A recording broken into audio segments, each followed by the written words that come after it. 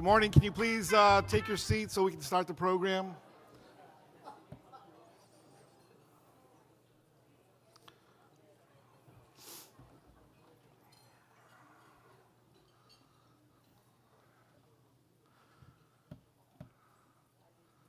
So good morning to you all. My name is Fabian Wesson. No, I'm just kidding. You'll see in our program, Fabian Wesson is supposed to do the welcoming remarks. Unfortunately, she couldn't make it. She got ill, so I'm stepping in for her today. My name is Derek Alatorre. I'm the Deputy Executive Officer for Legislative Public Affairs and Media at the South Coast Air Quality Management District. I want to welcome you here this morning to our 4th Annual Environmental Justice Conference. It's my pleasure to introduce the Mistress of Ceremonies this morning, Estelle Reyes. Estelle is the Senior Vice President of Enhancing Community at the Los Angeles Clean Tech Incubator, where she focuses in on ensuring underrepresented groups are engaged in the clean tech and sustainability sector. Through her work at the Los Angeles Clean Tech Diversity and Inclusion Initiative, she's building a programming to recruit promising diverse clean tech entrepreneurs, as well as implementing a workforce development training to build the diverse pipeline of talent for the rapidly growing green job market. In partnership with the city's exceptional educational research organizations such as USC, just kidding, UCLA, just as a joke. I know there's some USC folks here, probably some UCLA folks too, but I'm a SC person. Anyways, such as UCLA, USC, Caltech, Jet Propulsion Laboratory. The Los Angeles Clean Tech Initiative helps accelerate the commercialization of their clean technologies in addition to accelerating new products developed by independent entrepreneurs. Ladies and gentlemen, at this time I'd like to introduce Estelle Reyes.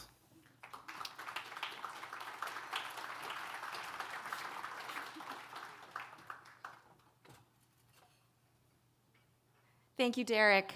Good morning, everyone, and welcome to South Coast Air Quality Management District's 4th Annual Environmental Justice Conference. I'm honored to be here with you all today, and I'm extremely excited about this morning's conference theme, Technology's Role in the Future of Environmental Justice, a topic that is very near and dear to my heart. We have a great program in store for you today, but please first join me in welcoming South Coast Air Quality Management District Governing Board Member, Governor's appointee, and Executive Director of Coalition for Clean Air, Dr. Joseph Liu.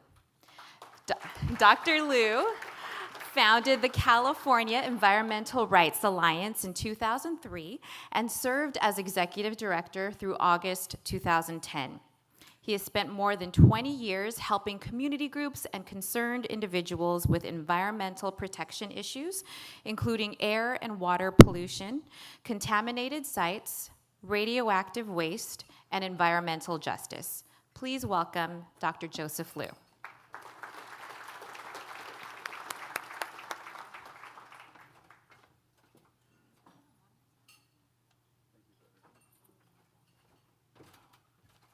Okay, I have an easy role this morning. I'm just supposed to have everybody please rise and join me in the Pledge of Allegiance. Put your right hand over your heart. Ready? Begin. I pledge allegiance to the flag of the United States of America and to the republic for which it stands, one nation, under God, indivisible, with liberty and justice for all. Thank you. Was there anything else I was supposed to do while I was up here? That's it. I just welcome, okay. I welcome Ms. Reyes back up. Okay. Thank you. Great job.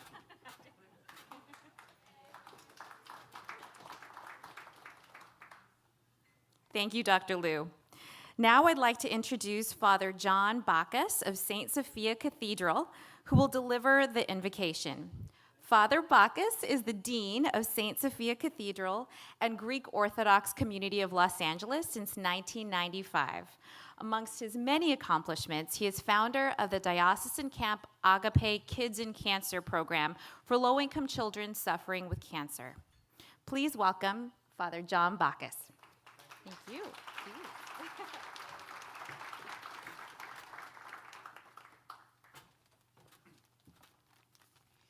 It's truly a pleasure to welcome you here to St. Sophia Cathedral in what is now being called the Byzantine Latino Quarter, because we from the East are Byzantines and those from the West are the Latins, so we meld together in one community, and that's why across the street, if you look, we have a quote that says, "We are all angels with one wing. We can only fly embracing each other." And I think this is the story of Los Angeles and certainly the story of your organization. We all need each other, and we can only fly in our mission when we embrace each other. And that is really the mission of what we have in this area, and I think the mission of Los Angeles, that we are angels with one wing, and we can only fly by embracing one another. Let us pray. O God, as we understand you, grant us wisdom to care for the earth that you have created. Help us to act now for the good of preserving this planet for future generations and to preserve it for all of your creatures. Help us to become instruments of the new creation, founded on the covenant of your love. We are too ego-centered, often, Lord, bent to one color of the spectrum. Our need is urgent for inspiration, so that the truths of our faiths send witness to our actions as we defend the preciousness of this planet. Receive our prayers with our sacramental love and in our sacramental sanctuaries, sustaining our callings for social and environmental justice. Make us instruments of your creative stewardship of the gifts of this planet that you have created. This we ask in your holy name. We ask you, Lord, also to bless the food and drink of us who are your servants. We ask it in your holy name. Amen. So I'm going to be embracing a lot of you because I only have one wing, so maybe together we can do some nice work today. Have a wonderful and productive day.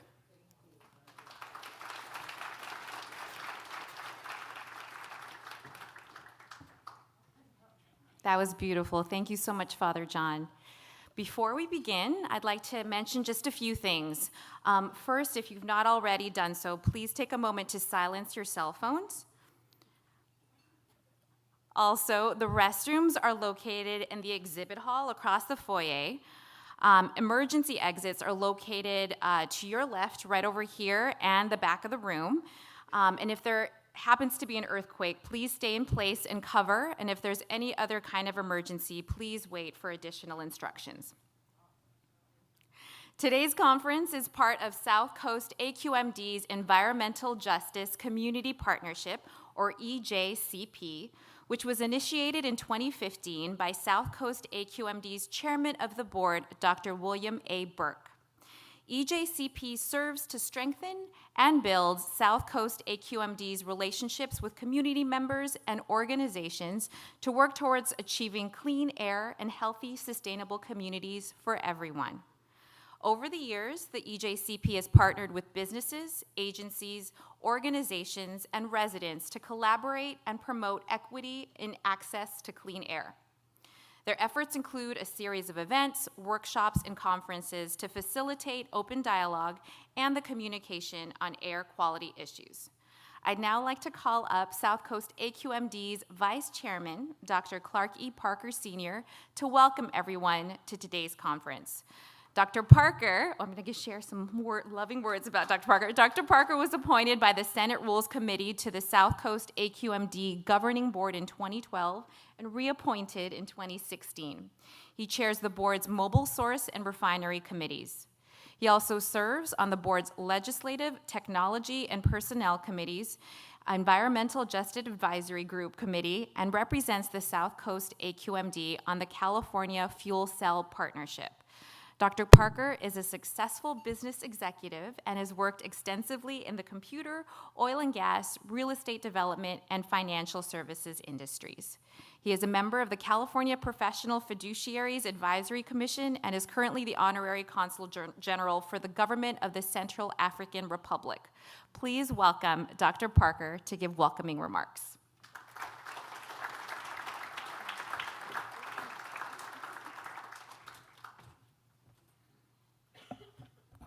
Good morning, everyone. Probably many of you probably don't know that I wasn't supposed to be making this introductory speech this morning. Our chairman, who created the environmental justice portion itself of our work, was going to be here because this is one of his initiatives. He called me on Monday and says, Mr. Vice Chair, I won't be able to make it on Wednesday, and you're going to have to step up and take over for me. And I said, I know it had to be something very, very urgent for him to miss this kind of meeting. Unfortunately, his sister was put into urgent care on Sunday evening, and he had to leave and go to Cleveland, Ohio, in an emergency. And he wanted me to express to all of you that he regret that he was not able to be here this morning. So I was sitting and talking before we got started this morning. Again, welcome to everyone that is here. First and foremost, I would like to take the time to say that we really appreciate your taking your time out to join us today. This is a very historic kind of event, especially if many of you may have noticed that I think within the last week or so we've had an article in the Los Angeles Times stating that we had 87 consecutive days of bad air in our region. Just asked our executive director, Mr. Nastri, what did that really mean? And he said, well, it really is not, as he always usually tells me, it's not what it really says that it is. And I says, oh, really? 87 days doesn't mean 87 days? I have a degree in math, and I can still count. He says, no, it doesn't mean that, because we measure really air quality by the intensity itself of what happens and not necessarily about the number of consecutive days that we have. A number of overall days in the entire year itself has not gone up. It's pretty much remained the same. As I was talking to Father Buck, I lived about 2 blocks in 1960. Many of you weren't even born in 1960. But I lived about 2 blocks from here when I was going to college. And I would often come to the restaurant across the street for lunch or dinners off of a college kid's. Money's didn't have a lot of money, but I remember the gentleman who was the owner of it, and I became very friendly at that point in time, and 2 or 3 of us would basically eat free. And I will always remember that. That was a very, and not knowing exactly the Greek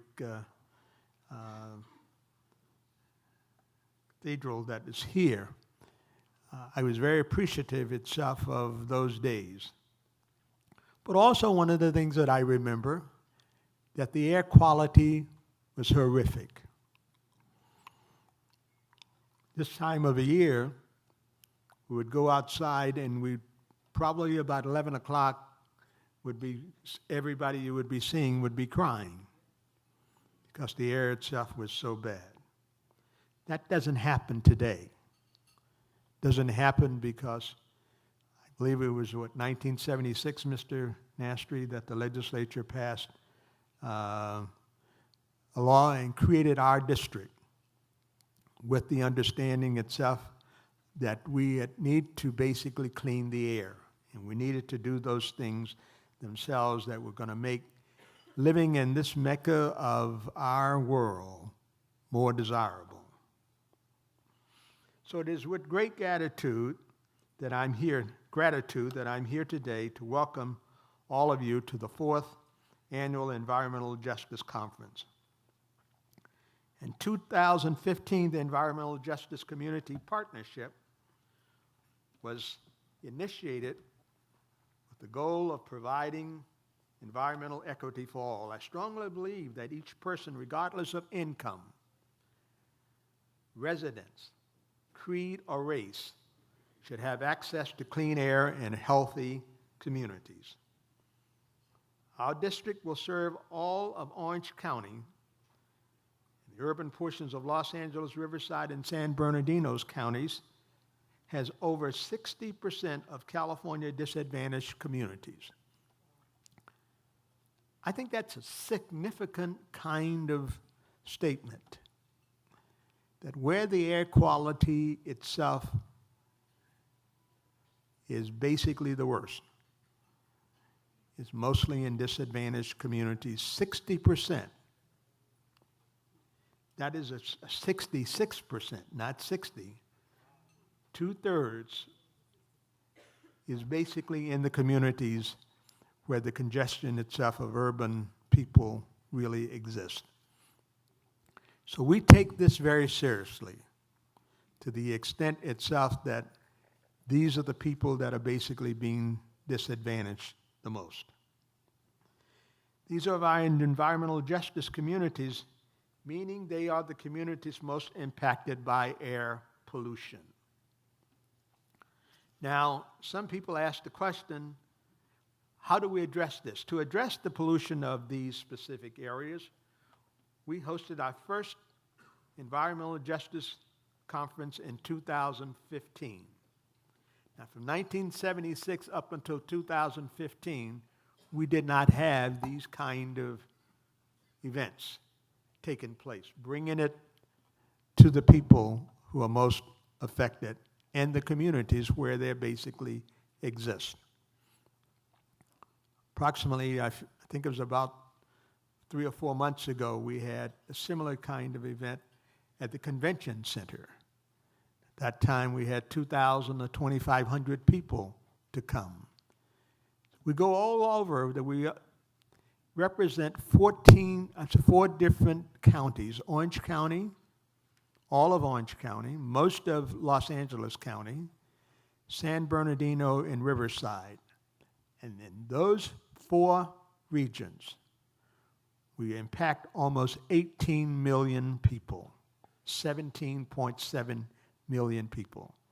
Our state only has 38 or 39 million, so therefore in 4 counties, we have representing for the air pollution problems in our one district.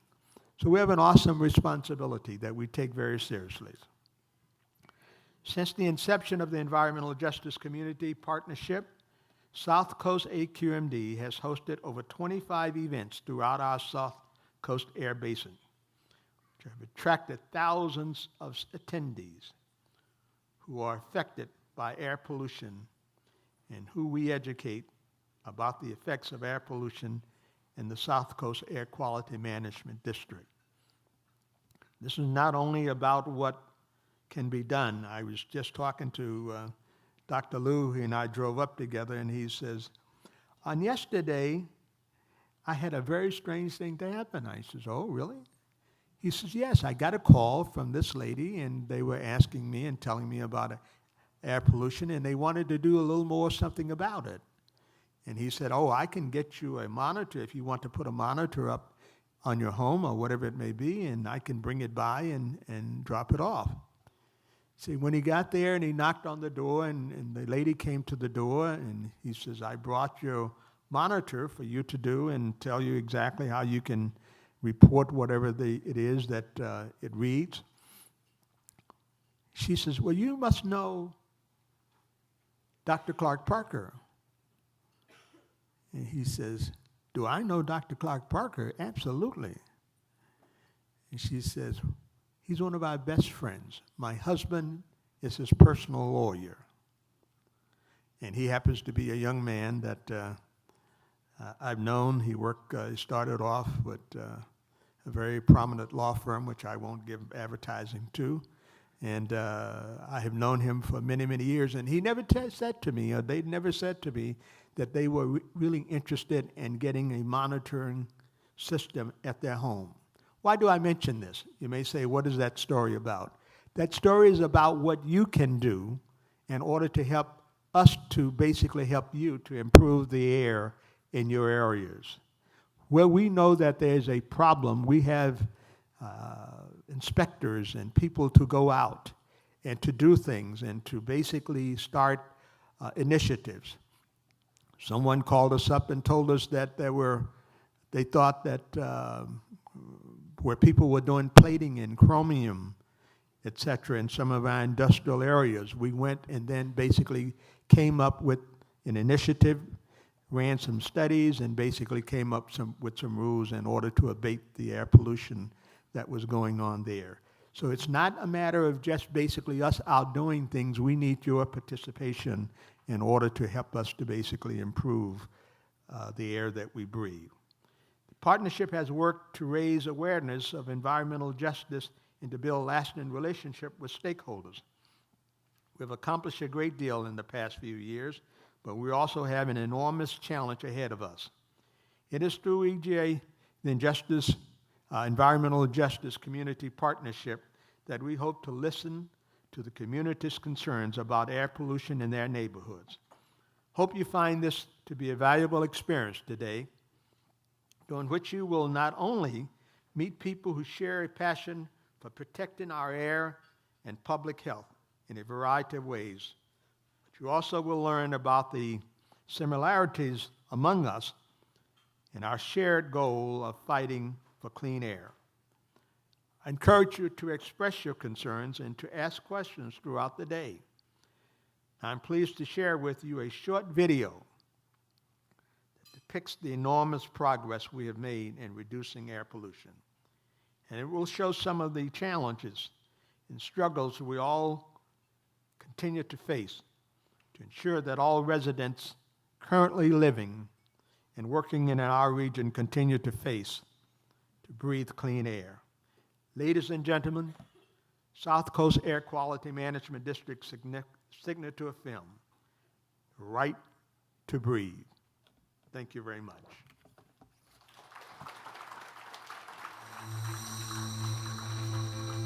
I spent 50 years of my life with a heavyweight champion of the world. Everywhere he went, everybody knew him. Everybody wanted to touch him and talk to him. While the President of the United States or the President of Russia was trying to get his attention, he was picking up a baby or a young person and touching them and talking to them and empathizing with them. That's what made him a great champion. Environmental justice is the same exact thing.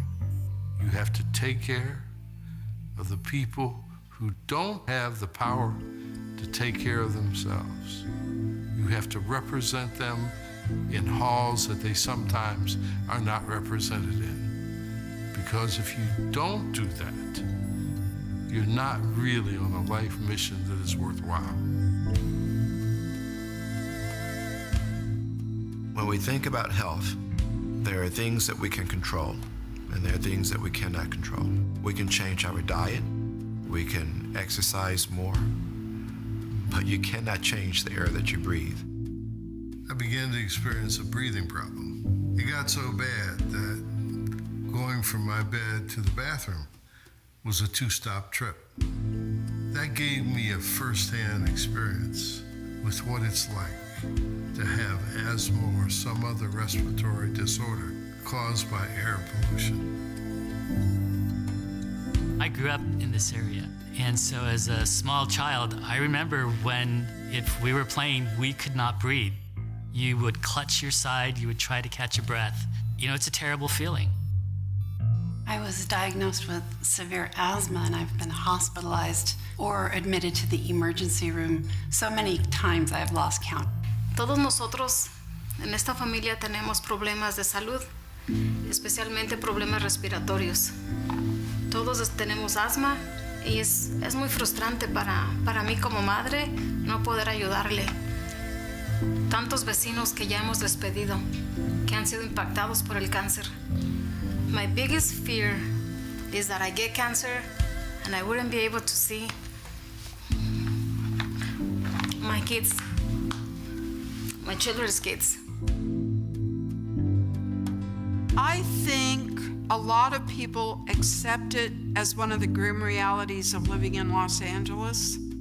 I've had a husband die of pulmonary fibrosis, and that's a very personal experience with the difficulty to breathe. When you can't breathe, when you're having trouble breathing, everything else becomes secondary. All you can think about is breathing. At one of our meetings in the community, an elderly woman stepped to the microphone and she just read 40 names. And she said, those are the people in my community that have passed away in the last several years of cancer. And where were you? We're working as hard as we can so that there aren't more names added to that list. The biggest challenge that we have, frankly, is from mobile sources, planes, trains, trucks. Some of our early findings suggest that even short-term exposure to the type of pollution that we find along busy freeways can activate genes in the brain that are genes that we associate with cancer. In Southern California, the air pollution's improved dramatically. You can now see the mountains. What people don't know is what you don't see can hurt you. There is preliminary proof that when a pregnant woman breathes, the PM particles that are microscopic transmit through her bloodstream to the fetus, causing possible brain damage. That's scary stuff. Can't let that happen. Last summer, there were so many unhealthful air days, just a string in a row. I was staying at home trying to protect my airways, and I still got really sick, and I ended up hospitalized for 3 days. Sometimes people say, well, it used to be so much worse, now isn't it good enough? But when people are still struggling like my mom is, when we still have some of the worst air quality in the nation, and when people are dying because of the poor air quality, it's not good enough yet. Once you realize the impacts of these mobile sources, if they're not electric, they're emitting toxic gases. You just can't sit there idle. You've got to take action.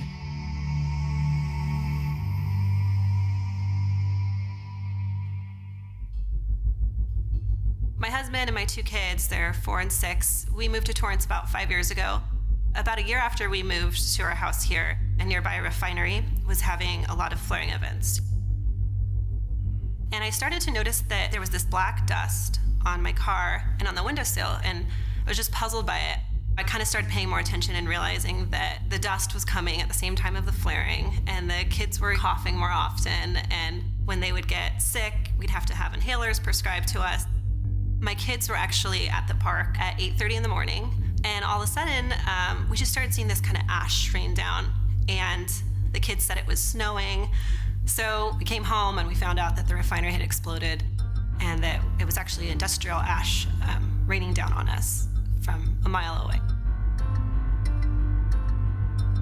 There's a number of people now who say, what are you doing?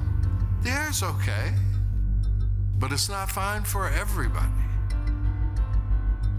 You would never see a freeway go through a very wealthy area, but the freeways are situated in the low-income areas.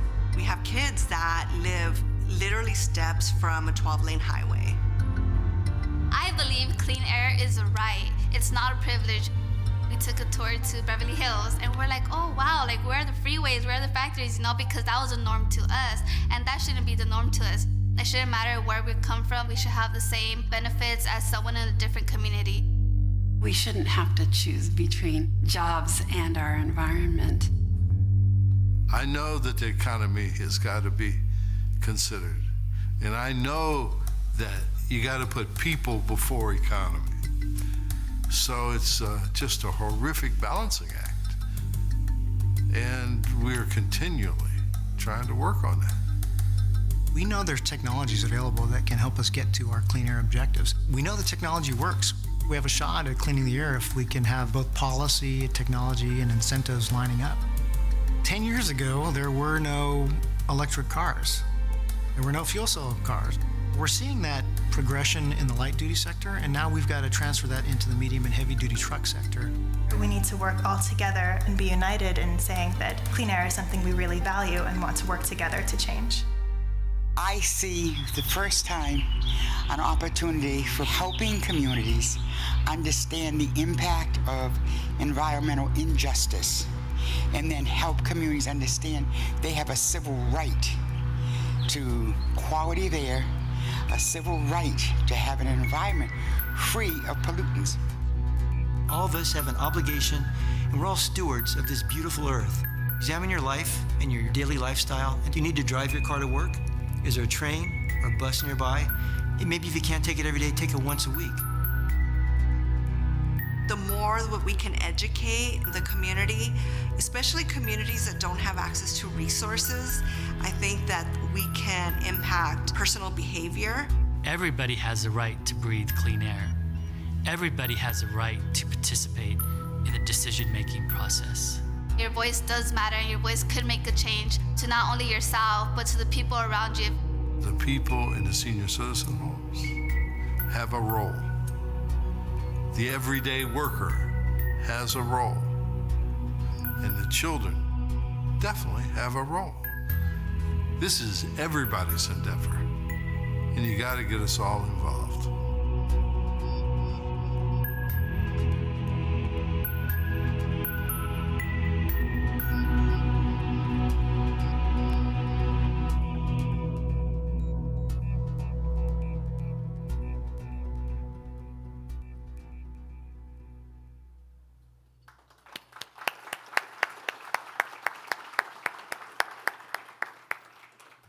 Wow, what an incredible, powerful, and moving film. The Right to Breathe features many of the concerns Los Angeles is facing. It only begins to scratch the surface on how far we've come and the work still left to complete. Advances in technology have introduced new ways to address air quality concerns. One significant decrease of air pollutants has come from cleaner vehicles, from compressed natural gas to hydrogen-fueled vehicles, to near zero and zero-emission vehicles. Our automobiles are 99% cleaner than they were in 1970. Again, our automobiles are 99% cleaner than they were in 1970. Where I work at LACI, LA Clean Tech Incubator, we actually formed a gathering called TEP, a Transportation Electrification Partnership, that's actually working towards a zero emissions roadmap for 2028. It's an unprecedented collaboration with partners, including SCAQMD, to prepare LA for when the Olympics and Paralympics comes to our city. With that said, there's still a lot more work to do. Advances are happening quickly, more people are making the switch over to cleaner vehicles, and agencies like South Coast AQMD are continuously spreading the word.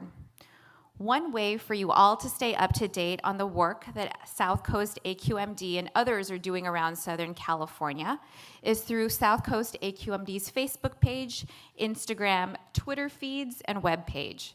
South Coast AQMD also has an app for your smartphone where you can find air quality news alerts, alternative vehicle fueling stations, and much more. To download the app onto your smartphone, visit the Apple Store or Google Play.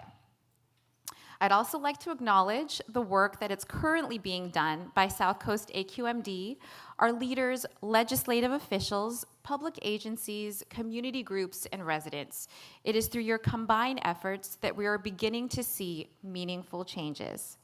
These changes include Assembly Bill 617, which was approved in July 2017 and requires SCAQMD to look at air pollution from a community perspective versus a regional perspective. SCAQMD will begin to monitor communities which are highly impacted from air pollution and come up with plans to address the identified causes in the pollution. Another successful bill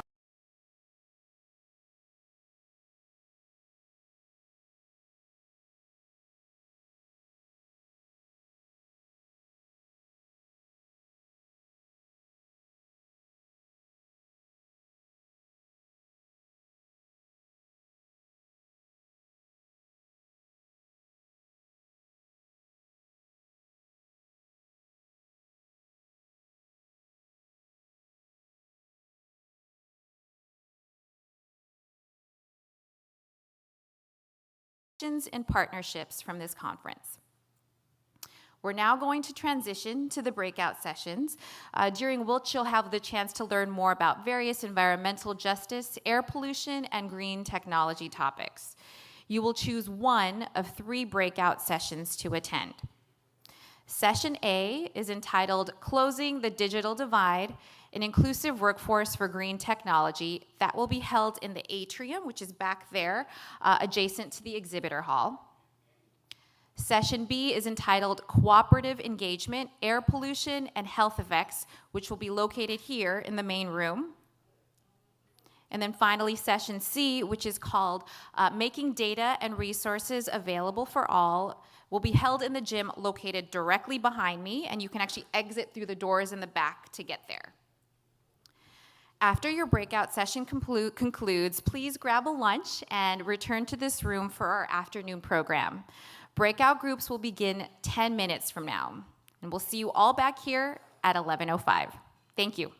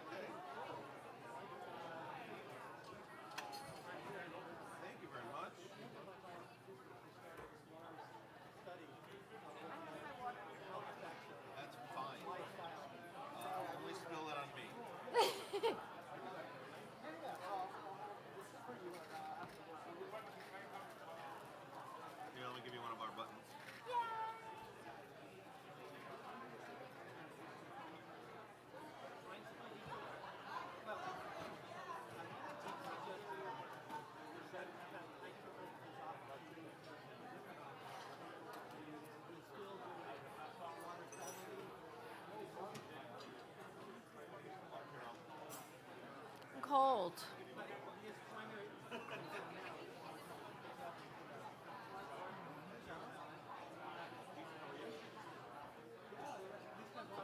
Everything okay? Okay. Do I just?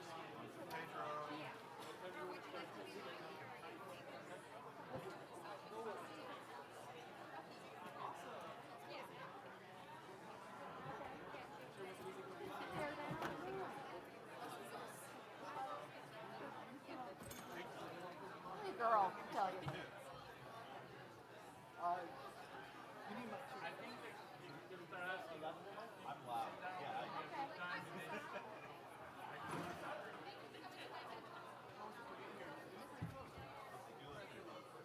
Better?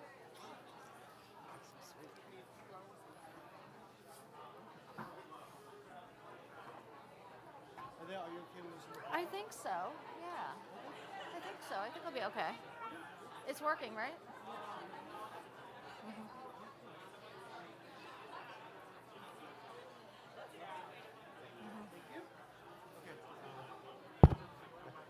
Just want to make sure.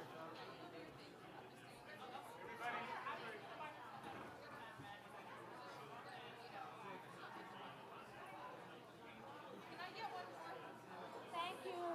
Thank you, photographer. Thank you.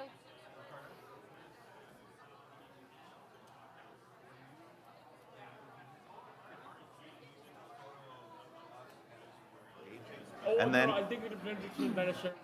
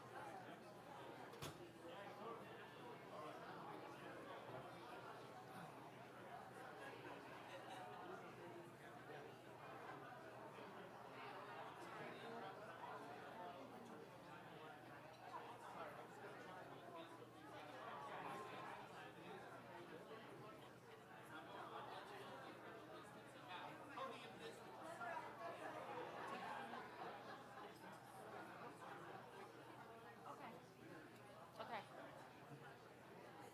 Is he good? Please be seated. I'm from Riverside too. Oh, really? Yeah. From Riverside? I just graduated from Riverside recently, so. You just moved? No, I graduated in June. I mean, I live in Chino, so it's still not just I couldn't deal with the commute to SCAQMD. It was too much. You cannot have a conversation when your mic is on. Oh, I see. Got it.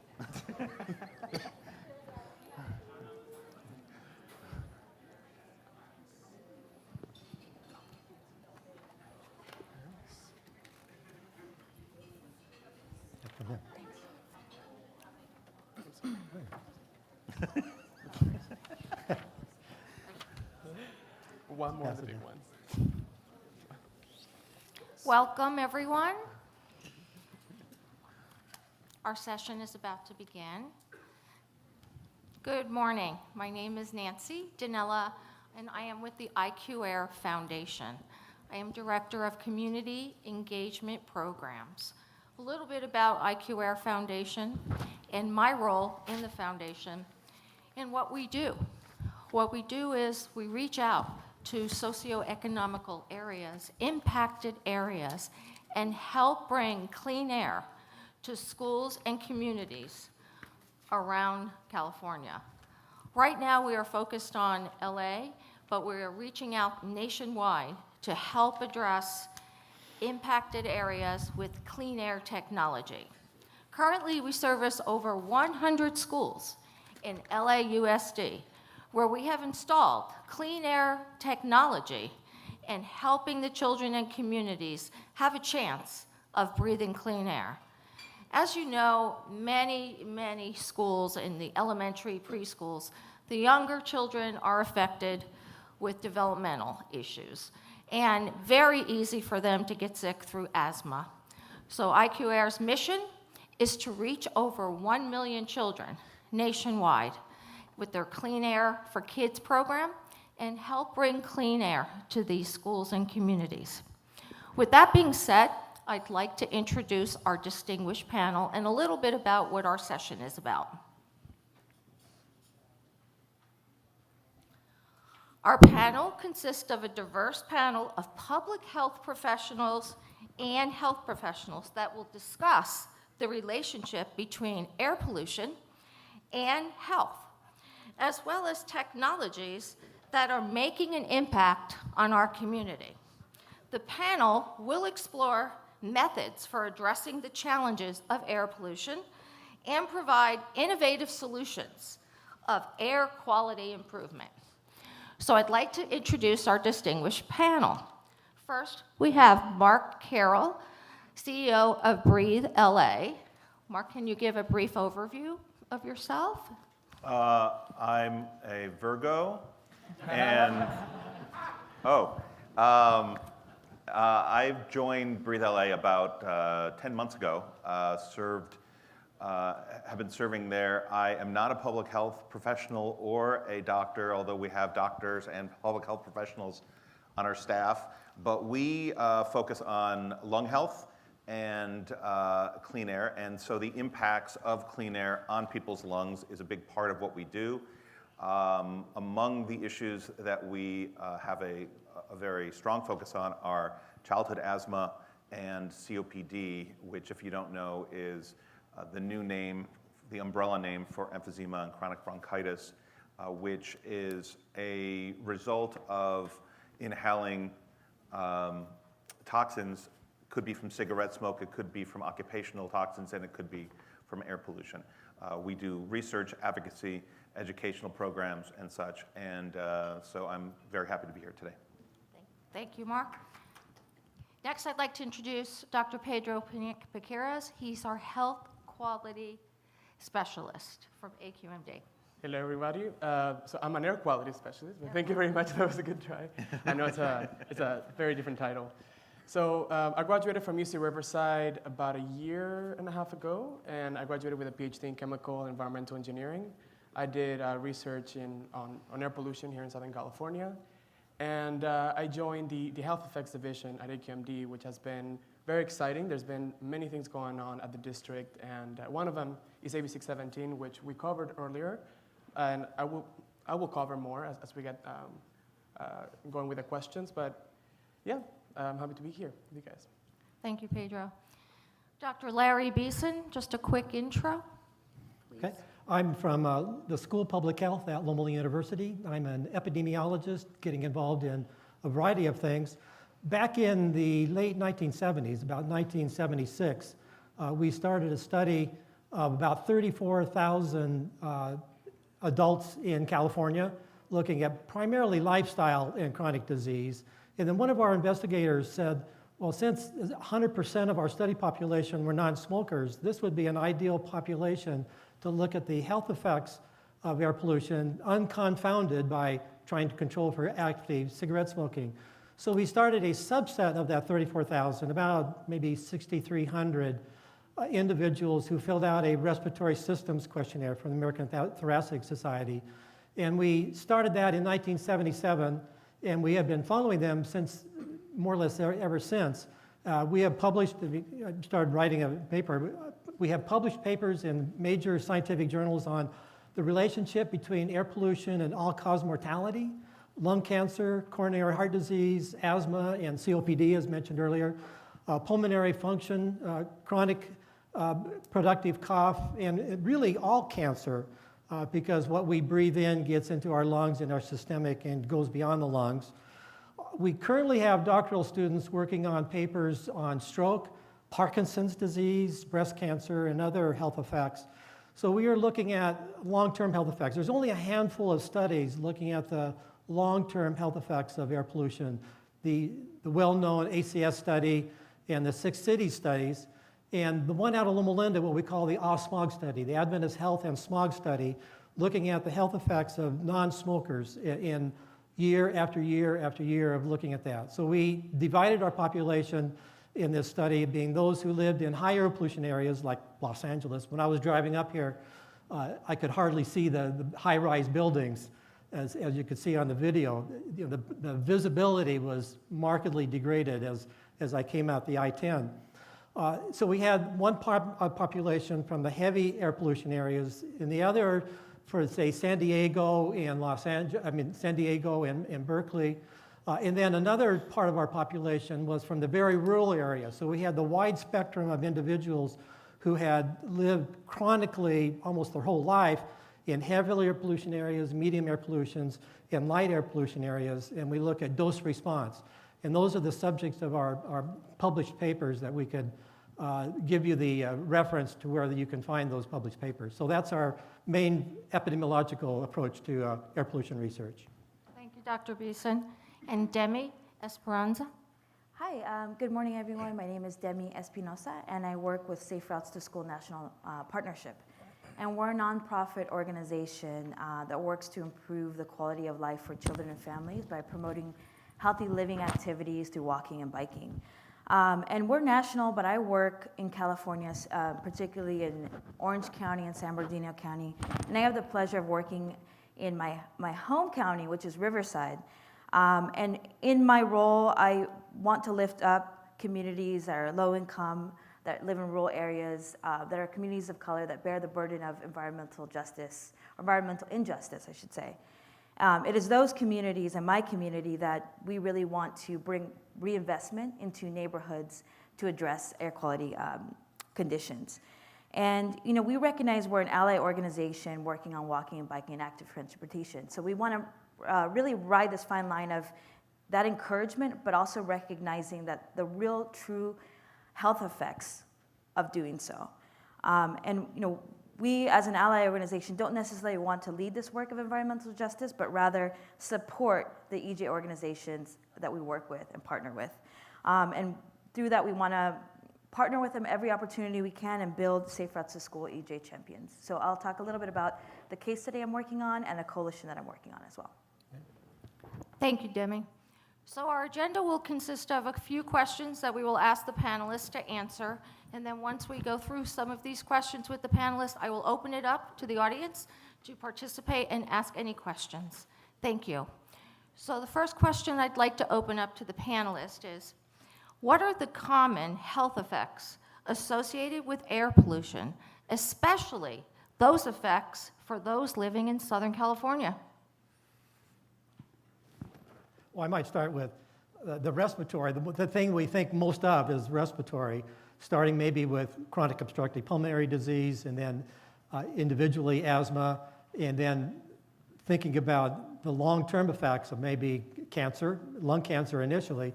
We know that one of the leading risk factors for bladder cancer is cigarette smoke. So obviously, things that we breathe in get beyond the lung tissue and into the systemic. So looking at respiratory diseases and as well as chronic diseases like cardiovascular disease. So coronary heart disease and stroke are also major outcomes of breathing, particularly the smaller the particle, the more damaging it might be. PM 2.5 and so forth. Thank you.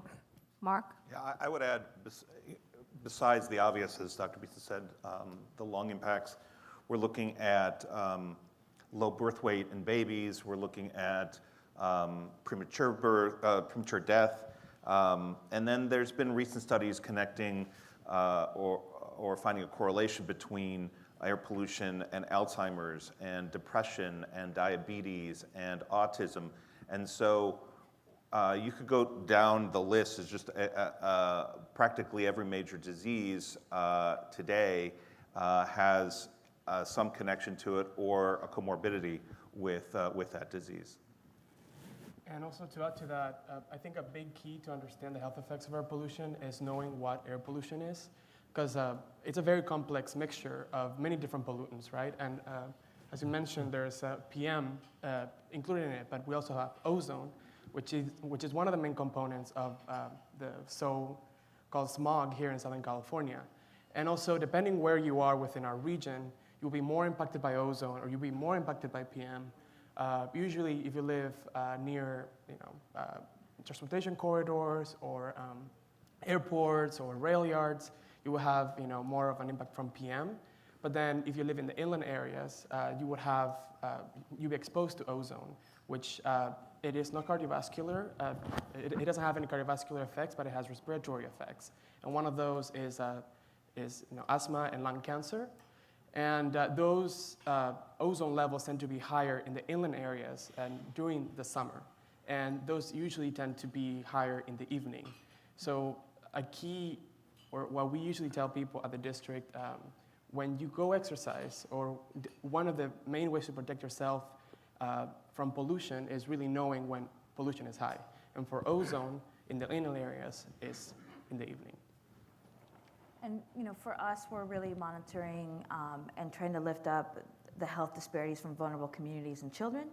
And we're seeing, children's exposure to poor air quality as a result of some really alarming land use patterns and land use decisions where warehouses are being literally made 50 to 100 feet from elementary schools.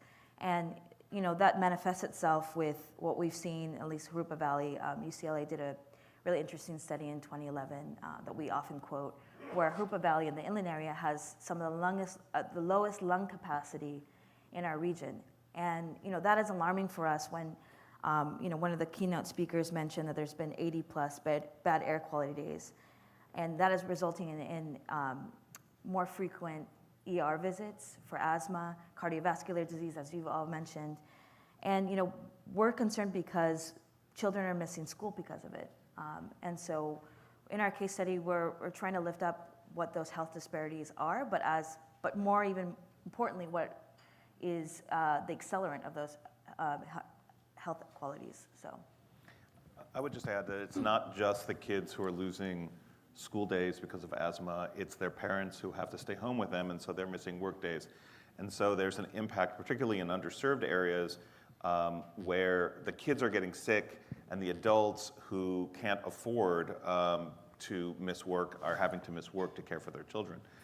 And it's an economic impact as well on the businesses who employ people with kids in those areas and kids with asthma.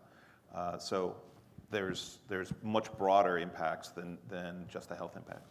Yeah, may I add that we also just completed a study looking at the health effects of the people living near the BNSF rail yard, which is out of the 11 or so major rail yards in California, that's the dirtiest. And so the kids who lived right next door to the BNSF rail yard in San Bernardino had markedly, significantly less lung function than those who lived, 5 kilometers away in the same polluted area, but not near the diesel engines of the rail yard. So clearly, living near a diesel source really compromises the growth of the lungs of the children. Thank you, panel. My next question is really involving technology. So, are we seeing any new technologies that are decreasing the effect of air pollution on health? And if we're seeing that, what are the results of these technologies? And I'll open it up to the panel. I think one of the key milestones that our area has had is the invention of the catalytic converter back in the 70s. And as Dr. Parker mentioned, air pollution has improved significantly. And partially it is because this catalytic converter is converting very harmful pollutants from cars into byproducts that aren't so harmful. And while we'll still have a long way to go, there's a lot of opportunities for electrification of our vehicles, light duty and heavy duty. But overall, I think for our area, because we're such a car-focused culture, the catalytic converter had a huge impact. Thank you, Dr. Pedro. I think the only thing I would say in terms of technology is really advocating to bring those reinvestments into the communities that are most burdened by. And I would say, you know, we work in active transportation, so we're seeing a lot of like new technologies like Bird, the scooters, but those are often being invested in affluent communities. And so we want to make sure that those are options for low-income communities, communities of color, as opposed to driving. You know, really investing in zero emission is, you know, one thing that I feel really humbled by is working in the coalition that it's called the Inland Empire Coalition for Equity and Prosperity.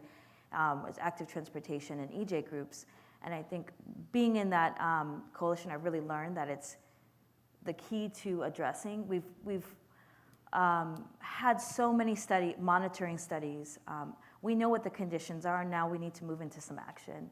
And so we really are strong proponents and advocates of zero emission technologies and freight trucks, because we're concerned, you know, at least for the schools I work with, the danger is really twofold. One, it is the high capacity, heavy duty freight trucks that are driving through schools, and that poses a traffic safety concern, but also the emissions that it brings along with it. So, you know, I just want to say that in terms of technology, we absolutely support reinvesting in communities for zero emission. Thank you, Debbie. Yeah, Mark? one comment on, you mentioned on the catalytic converter, that would be for the mobile sources. I grew up in Orange County where the 18-wheelers were going through their gears in front of my house, and every time they went through a gear, the big belching black smoke out of that. So the reformulation of diesel, I think, has been improving. So when we see these 18-wheelers take out from going through their gears, we don't see as much visible, although there's still the elemental carbon coming out, but it's not as visible. So I think the reformulation of the diesel has been an improvement as well as the fixed smokestack trapping the gases before it's released, you know, the bagging and other kinds of technologies to kind of recycle the particulates and the ozone and the other NOs, the oxides of nitrogen, to kind of trap those before they get released into the atmosphere. The long ago, you see pictures of the oil industry where they would just, you know, the atmosphere is so huge, it will just dilute everything, just like we think we could just dump anything into the ocean. It's so big it can dilute it. Well, that's not true. That the atmosphere and the oceans do have limited capacity to dilute.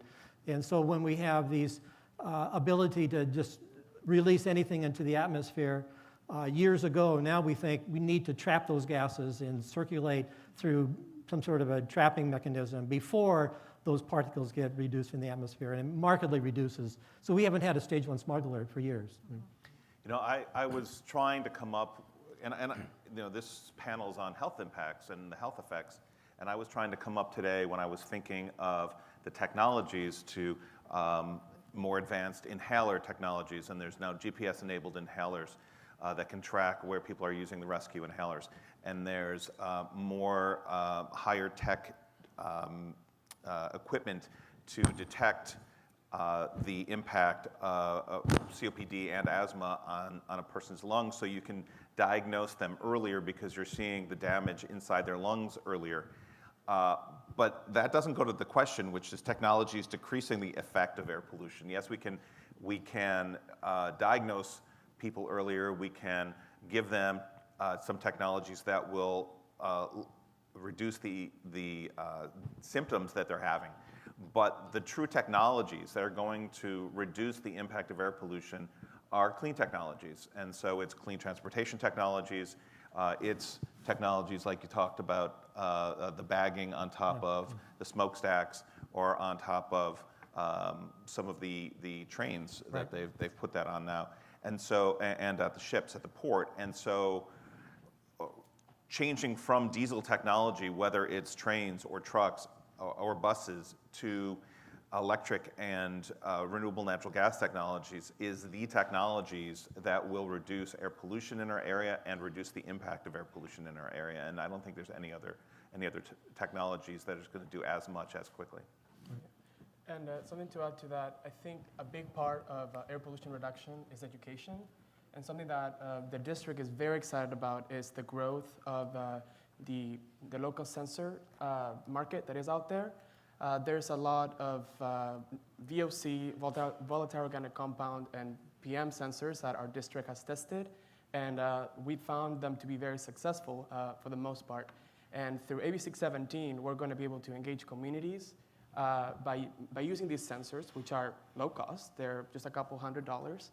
And by helping community members understand the pollution in their communities, they can take actions that maybe don't require as much money as getting a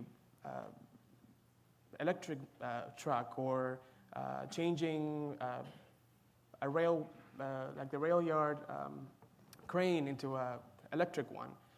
Because a lot of the actions that we take to reduce air pollution are simple, and some of them are common sense. You just need the data to really make those decisions. And something that comes into mind is a study that UC Riverside did on buses at schools. They were able to show with low-cost sensors that these buses were idling and were emitting diesel PM while the kids were outside. And by just doing something as simple as turning off the bus while we were waiting for the students to come out of the school, that made a difference, right? And that's something simple, and it's basically free.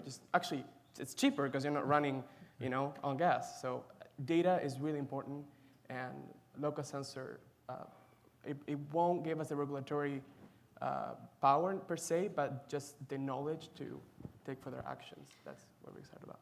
I think the sensors are good because you can micro-locate where a lot of the pollution is, and a diverse set of pollution. But I think another technology, if we're looking for technologies, is the iPhone. Yeah. Smartphones themselves have allowed people a lot more information about where air pollution is, the data collection.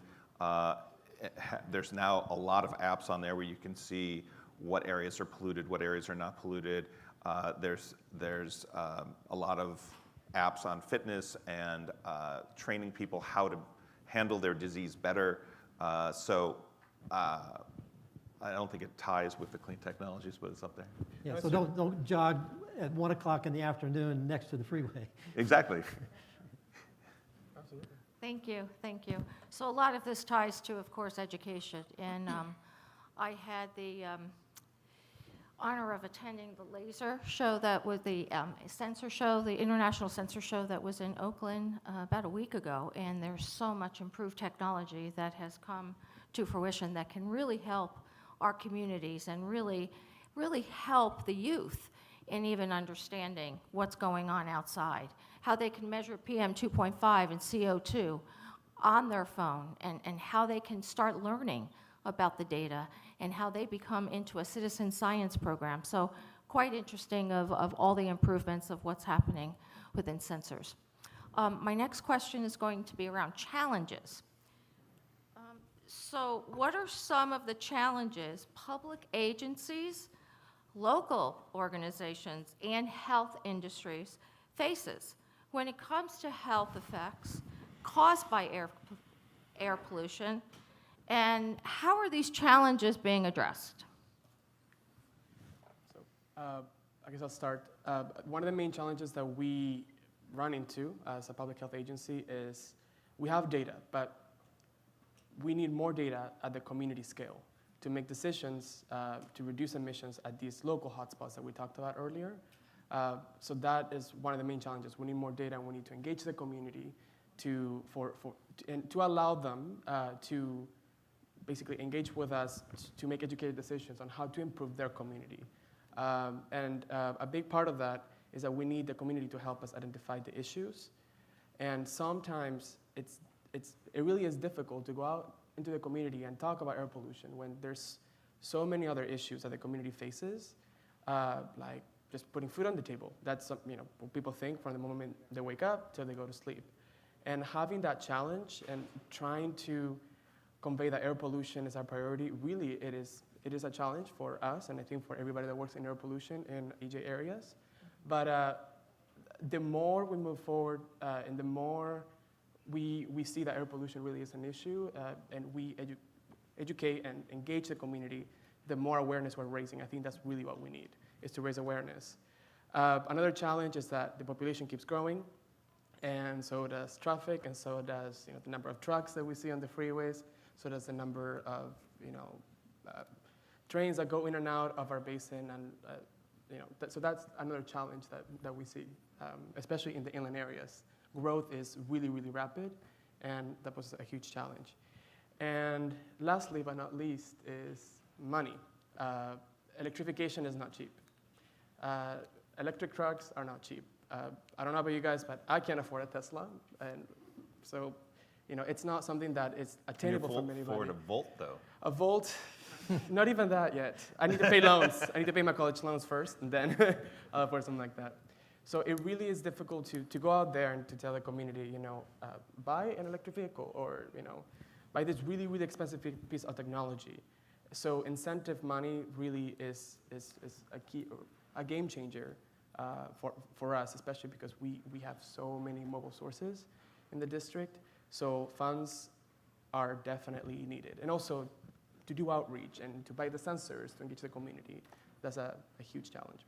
Yeah, well, I think adding to data, there's always need for more data. From an epidemiological point of view, we need the education of the people out there saying we need people to be willing to fill out a fairly lengthy questionnaire sometimes, saying what is your respiratory symptoms, what is your activities, how much time do you spend outdoors, do you have an indoor air conditioner or a swamp cooler or whatever, how do you deal with the exercise outdoors when it's so smoggy that you start coughing.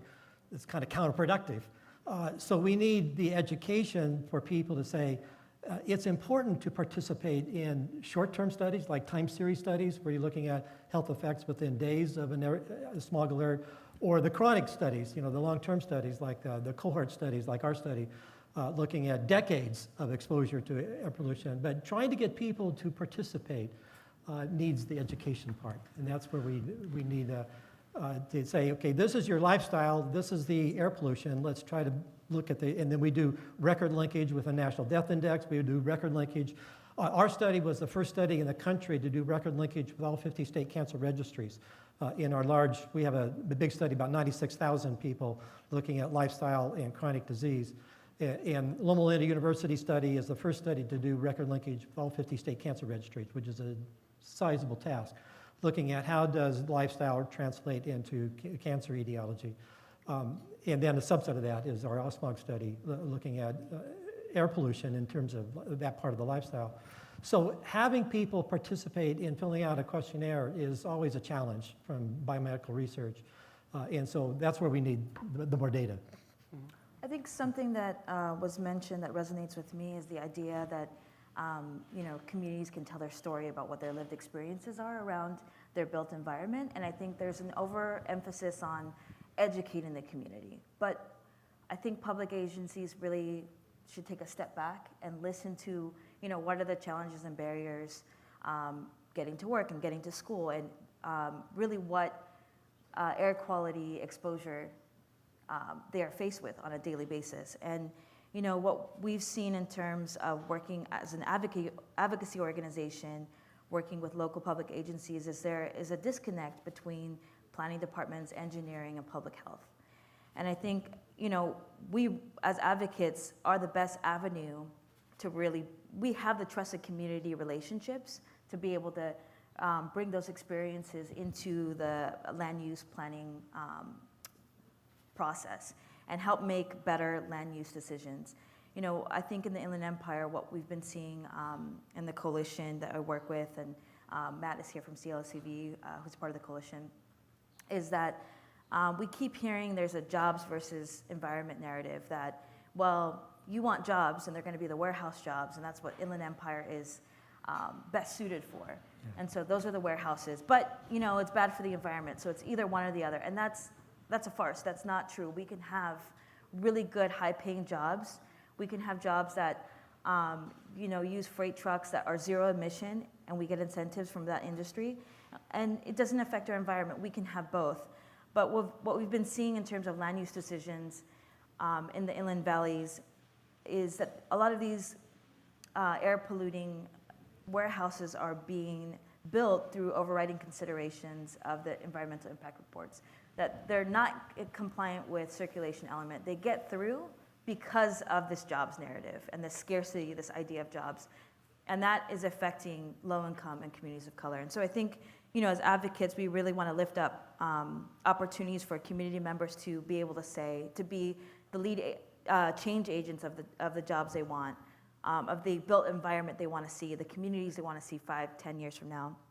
And we have really good opportunities with, AB 617, even the EJ appendix of SCAG's Regional Transportation Sustainable Communities Plan, where a lot of this data is lifted up. And the indirect source rule, the coalition member we've all been monitoring that, and really that brings us a lot of hope and some real regulations of how we want this industry to look in our communities. Good. I think, responding to or building on what the fellow panelists have said, I think awareness is critical. I think it's not just about, as you said, listening to the community.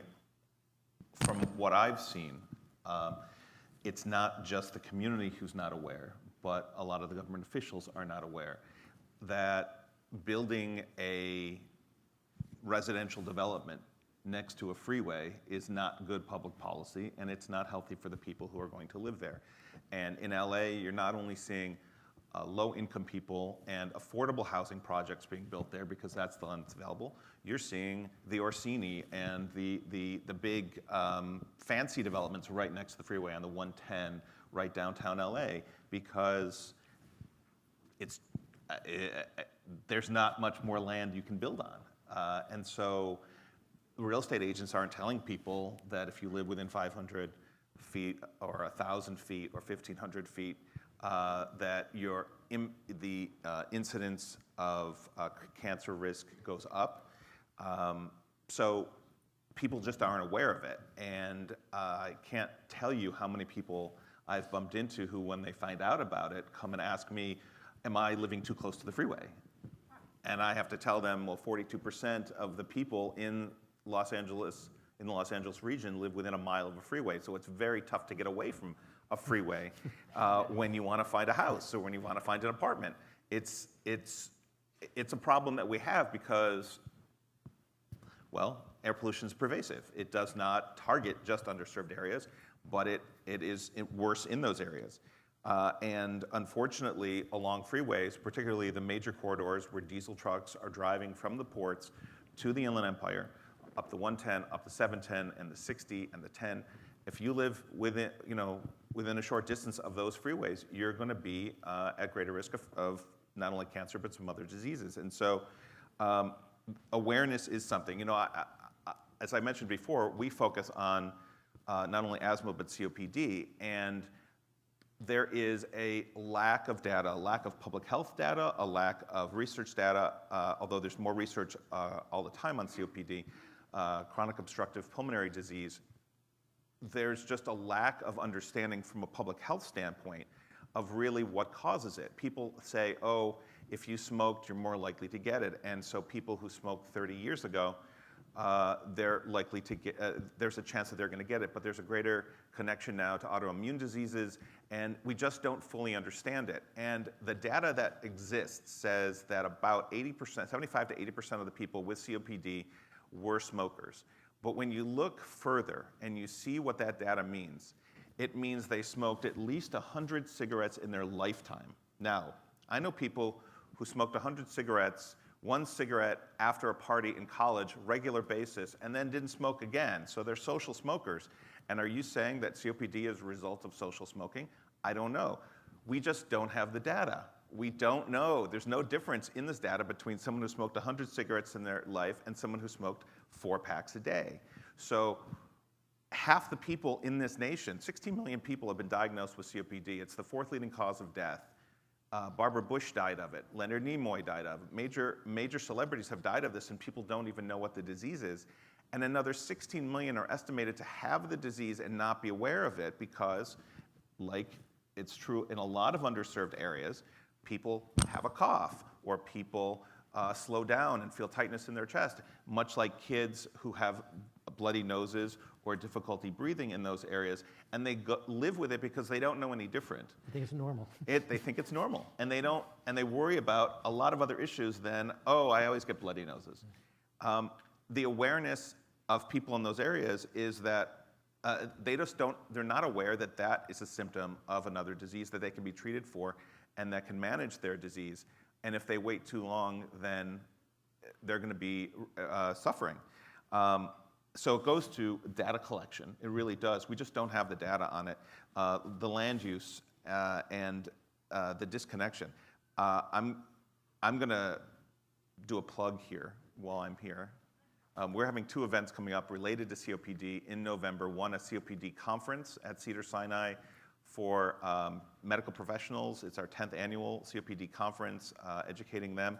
But also on November 8th, we have a film about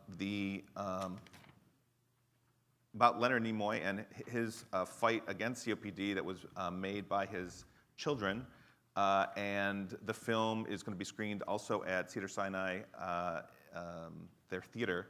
And we are hoping to have some Star Trek actors show up. So if you're into that, there's flyers here. But I think awareness, this is why we're doing it, to make people more aware that this is a disease that's not just a connection to smoking, but it's also connected to air pollution. And the other thing I would bring up is misunderstanding in the public. Whenever I talk about clean air, people say, oh, the air is so much cleaner than when I was a kid, or so much cleaner than when I first moved to LA 20 or 30 or 40 years ago.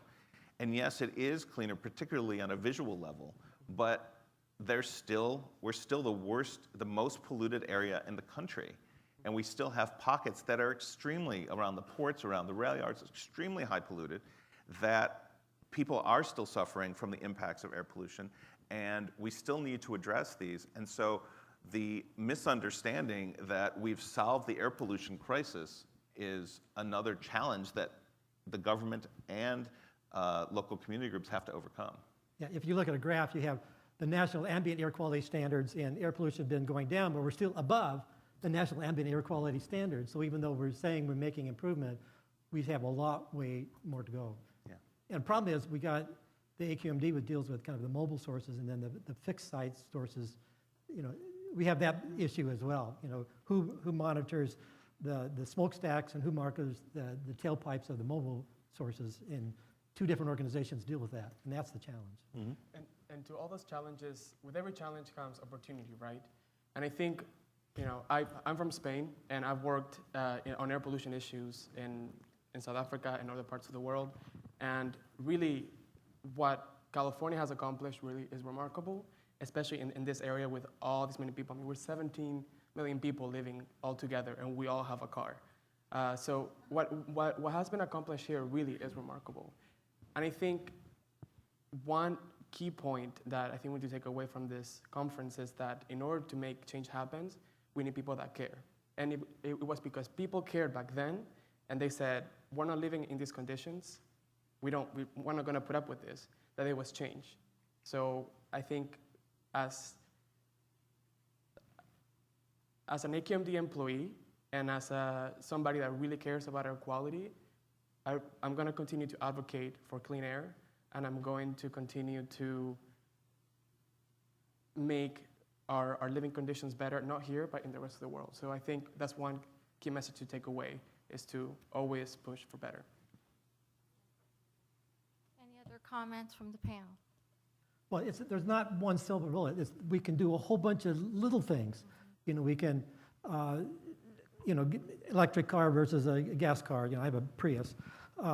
And we can do other things that individually they might seem small, but collectively they can add together to make a marked improvement. Reformulate our diesel, as mentioned before, and catalytic converter improvement, and driving less, and doing other kinds of things that collectively can make a major improvement, but individually we think that it doesn't seem very much. But we have to think of the bigger picture.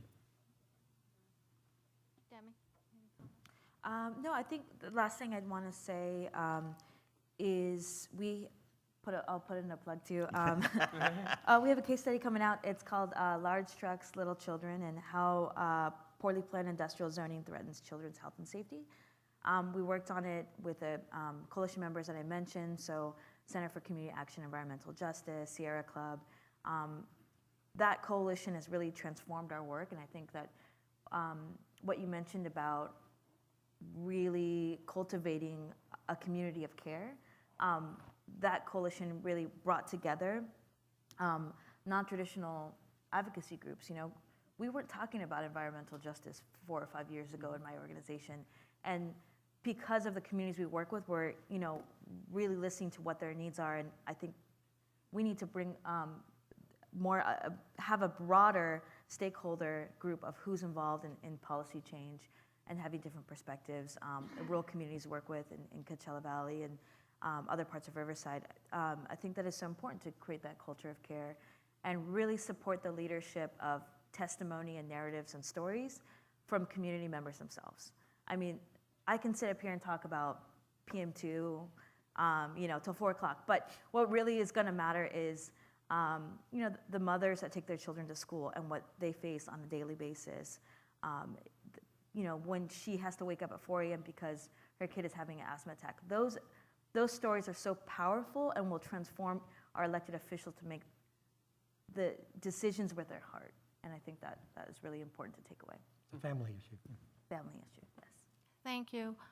At this point, I'd like to open it up to the audience for questions. Yay, great. Do we have Mike? Yes.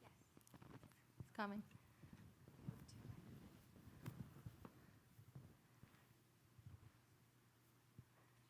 Okay.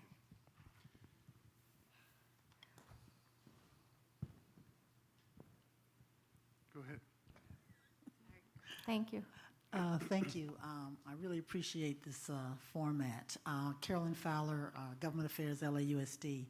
So I would like to hear more, and I was very impressed with what you said about 101 schools, more about how we can educate the students and some programs around being knowledgeable about this. One of the concerns that I think a lot of the students, particularly high school students, are now looking at that whole vaping issue, and they think it's safe. So I'd like to hear a little about that. And then any current, you mentioned some legislation.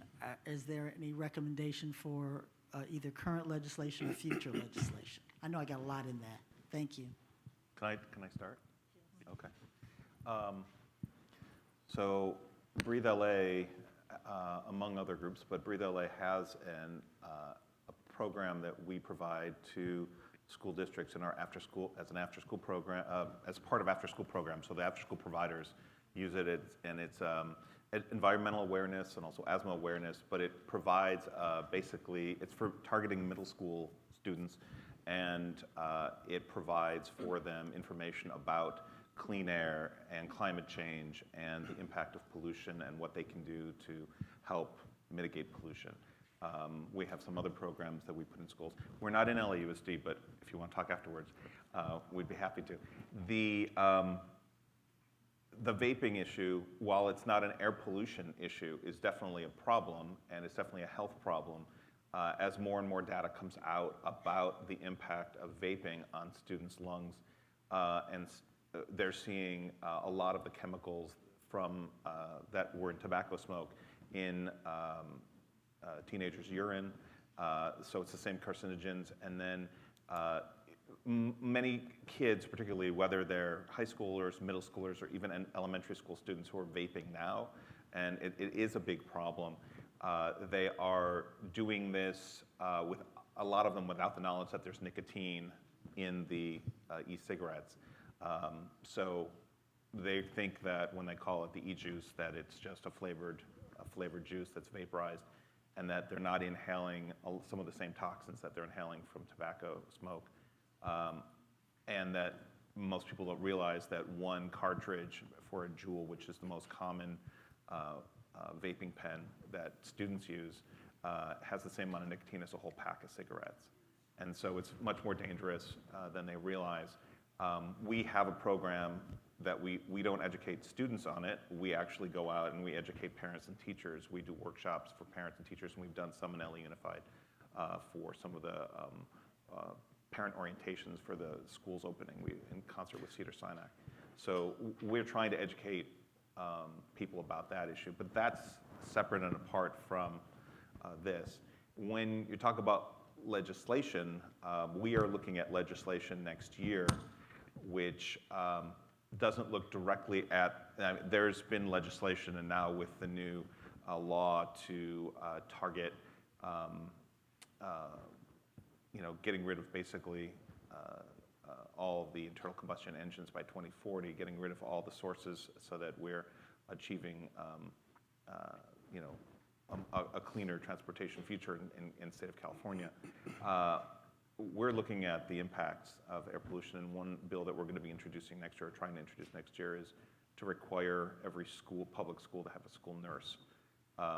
A lot of kids with asthma throughout, and not just kids with asthma, but they're one of the major impacts of air pollution is asthma on children, and most schools nowadays don't have a full-time school nurse, and the kids with asthma have a greater efficacy of treatment if they're managed in conjunction with a school nurse.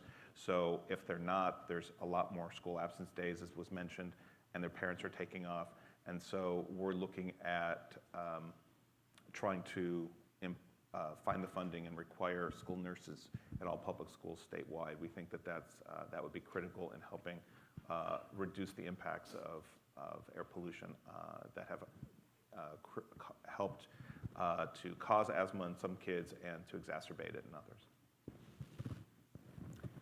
And I think, our organization is not as familiar with the vaping issue, but, I thank you for that question. So that's something we definitely want to look forward to in the future. But with legislation, SB 1000, which is the environmental justice element, that was a big win for EJ communities last year, and that's something that is in the process of being implemented. And so for us as advocates on the ground, we really want to work with local agencies about how can we have a really strong EJ element and make better decisions around land use. And the EJ element is a really good policy win and opportunity for us to do so. But I think the proof is going to be as it rolls out. And I think with statewide legislation, we would love to sort of support a bill that looks at the proximity of warehouses and the development of those in residential areas and schools, because that is something when it's being developed and it's being approved, those are happening at the very micro level with your city council, with your county board of supervisors. And I think the biggest policy changes are going to happen there. And so I would really encourage folks to get involved in figuring out, what is your city or what is your county planning to look like in the next 5 or 10 years, and how we can impact that. How can we organize testimony and stories from community neighborhoods who don't want to see a freight truck or 700 freight trucks passing within an hour, which is literally happening in Glen Avon, in a community in Harupa Valley. They see 700 to 800 trucks an hour. And so,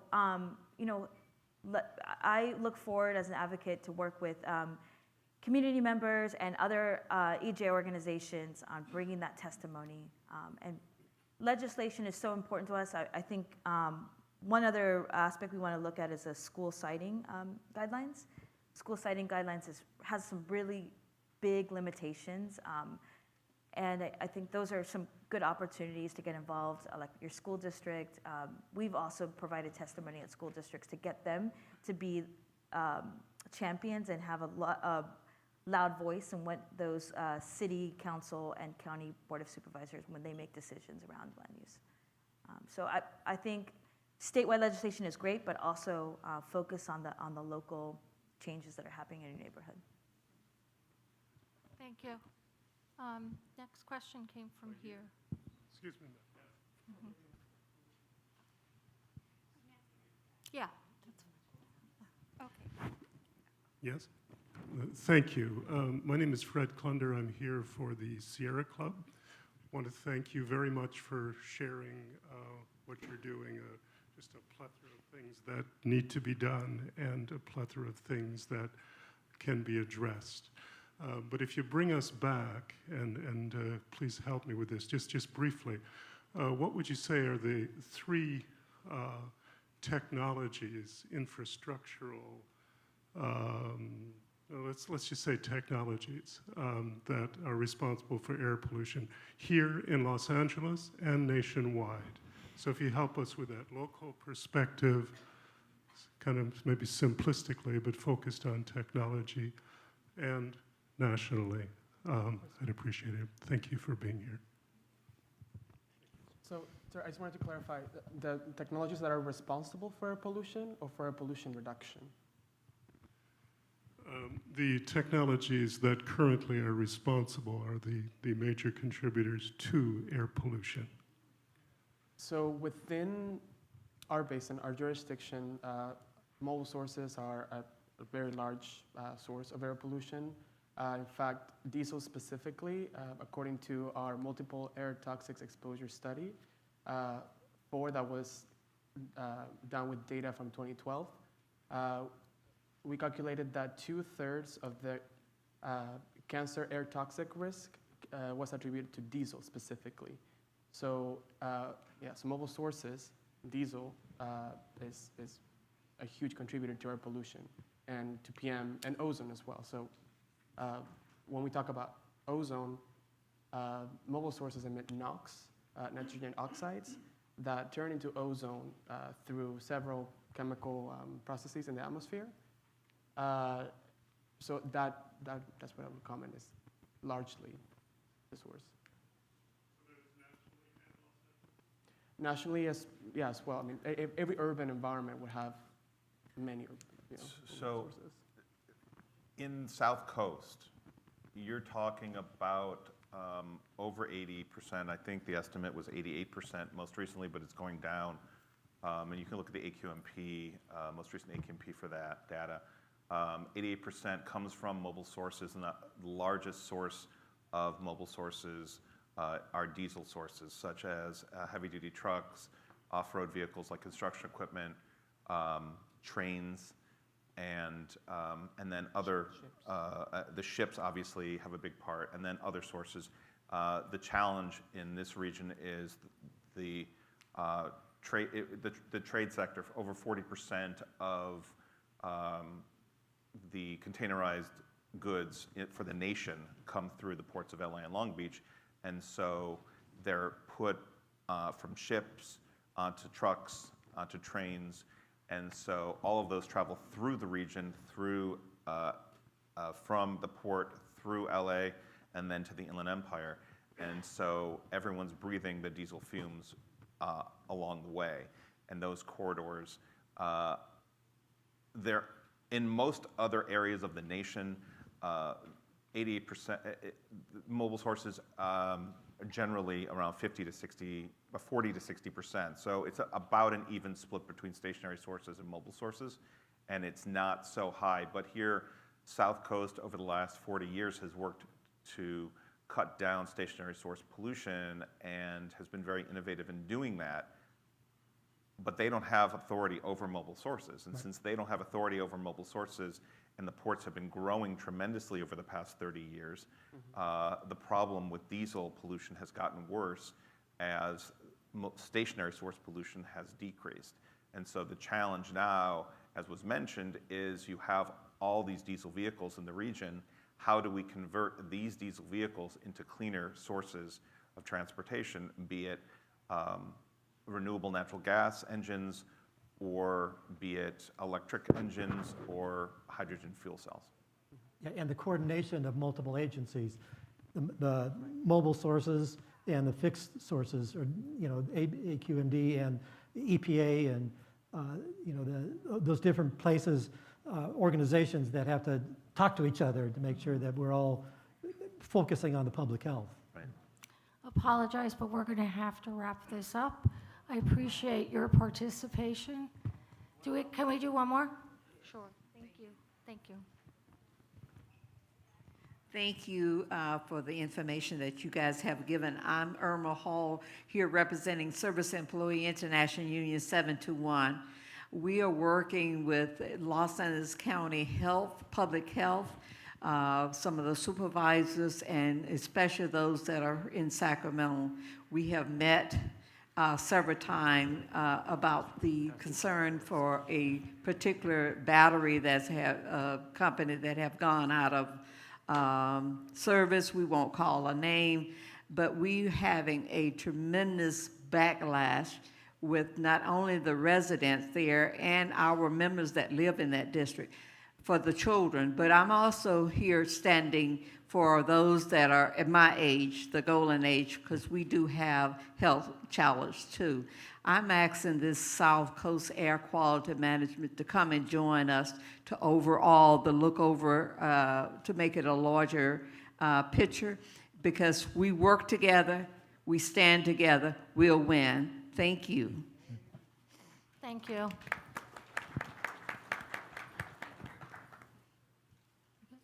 Thank you, everyone, for your participation.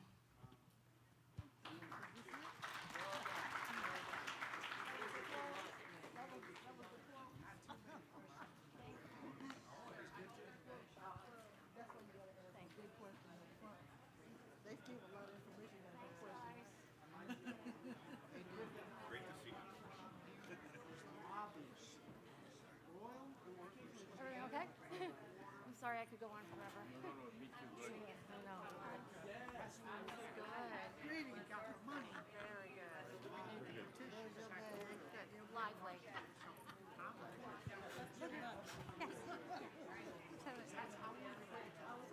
Right. Sorry about that.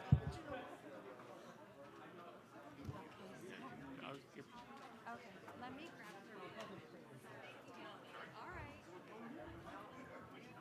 Demi, do you want me to grab your purse?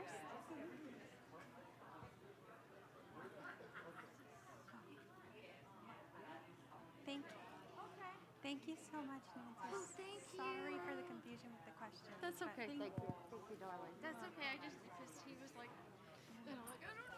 Thank you so much. You did wonderful. Thank you. I enjoyed it. It was great. It was great. Thank you. Okay, yes, absolutely.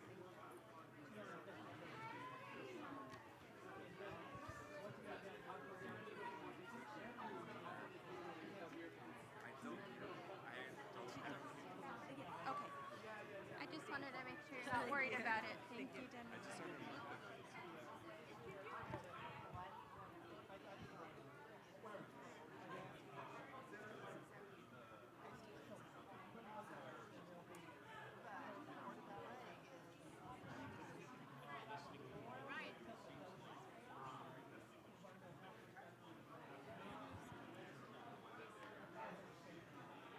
Do we give these back to you guys?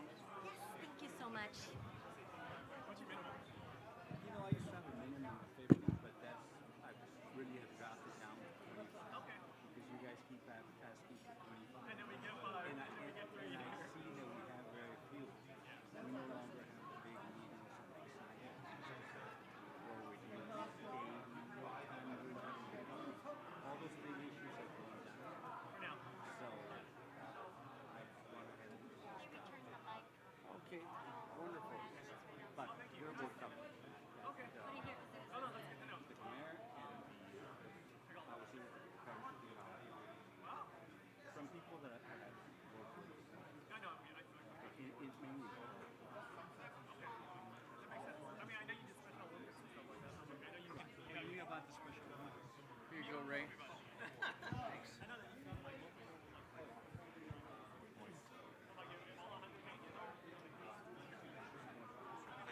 I can usually cover.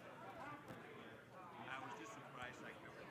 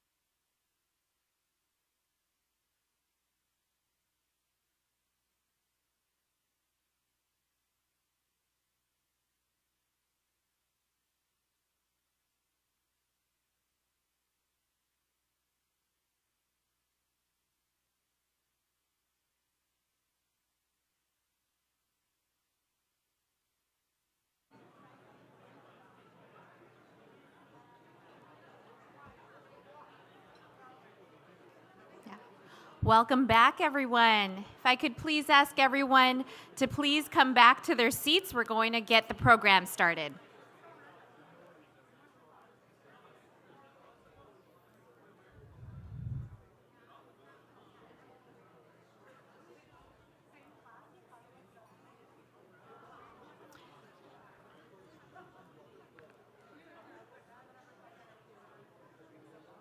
Okay. Yeah. All right. How did you all enjoy your breakout sessions? Good? Good, good, good. I'm so glad. I wish I could have attended all three. All of the topics look phenomenal. Please continue to eat your lunch as we continue the program. Before we get to our keynote speaker, I want to acknowledge the elected officials or their staff who have joined us today and thank them for their dedication to clean air.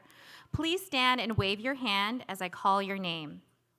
Margaret Clark, Mayor Pro Tem, City of Rosemead.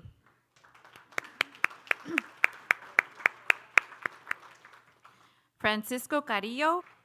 And finally, Martin Schlageter, Policy Director for Council Member Jose Huizar, 14th District of the City of Los Angeles. Oh, one more. Okay. And Patrice Marshall McKenzie, Deputy Chief of Staff, LAUSD. This is Carolyn, sorry. Okay, good, okay. Terrific.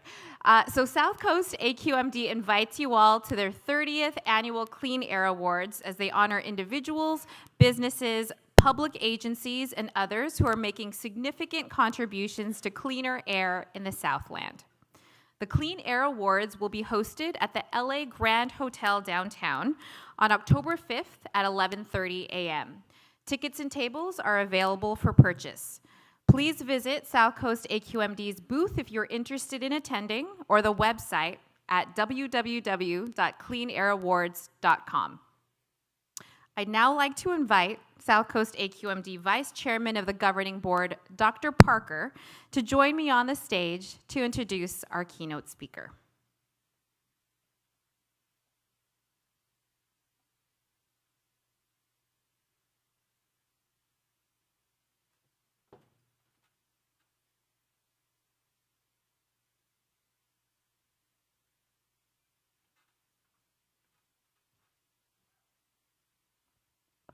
Well, how was the breakout sessions for everyone? Did you enjoy them?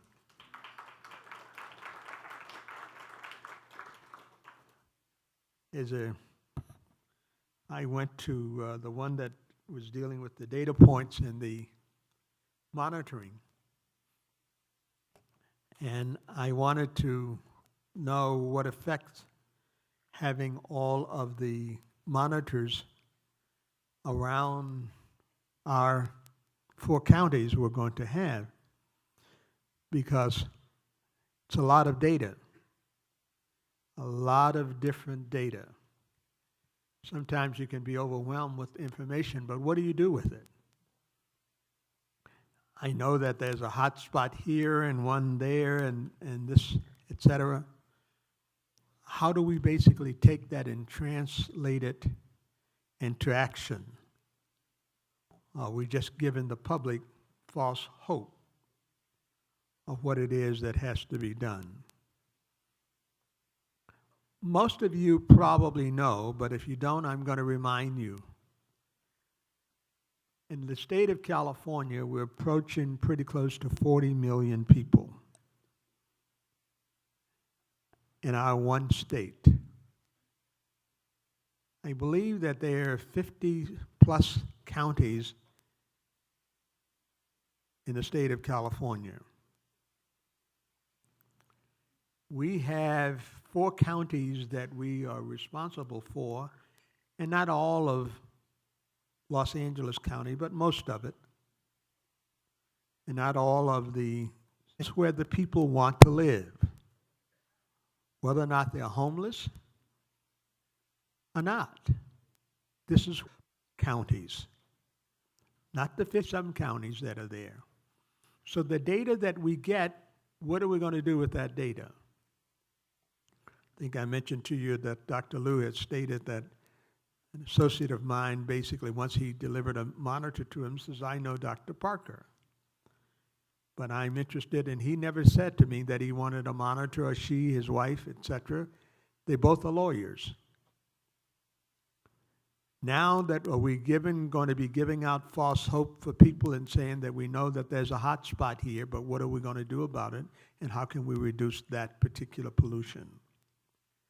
And this is the area where we have a situation where our next speaker is going to be so important, because I didn't know this until during the break.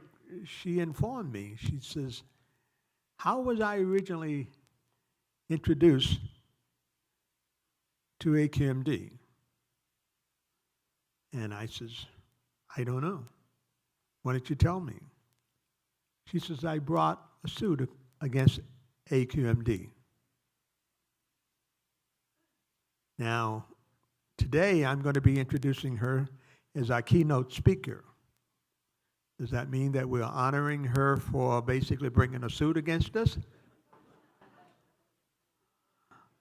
Are we honoring her for the work that she has done in order to make all of us better? Angela Johnson Meseroth is a staff attorney with Earth Justice California Regional Office. I asked Ms. Meseroth, tell me, what does Earth Justice do? What does that really mean? Now, she's going to tell you than herself, because I said, other than basically suing SCAQMD, what else do you do?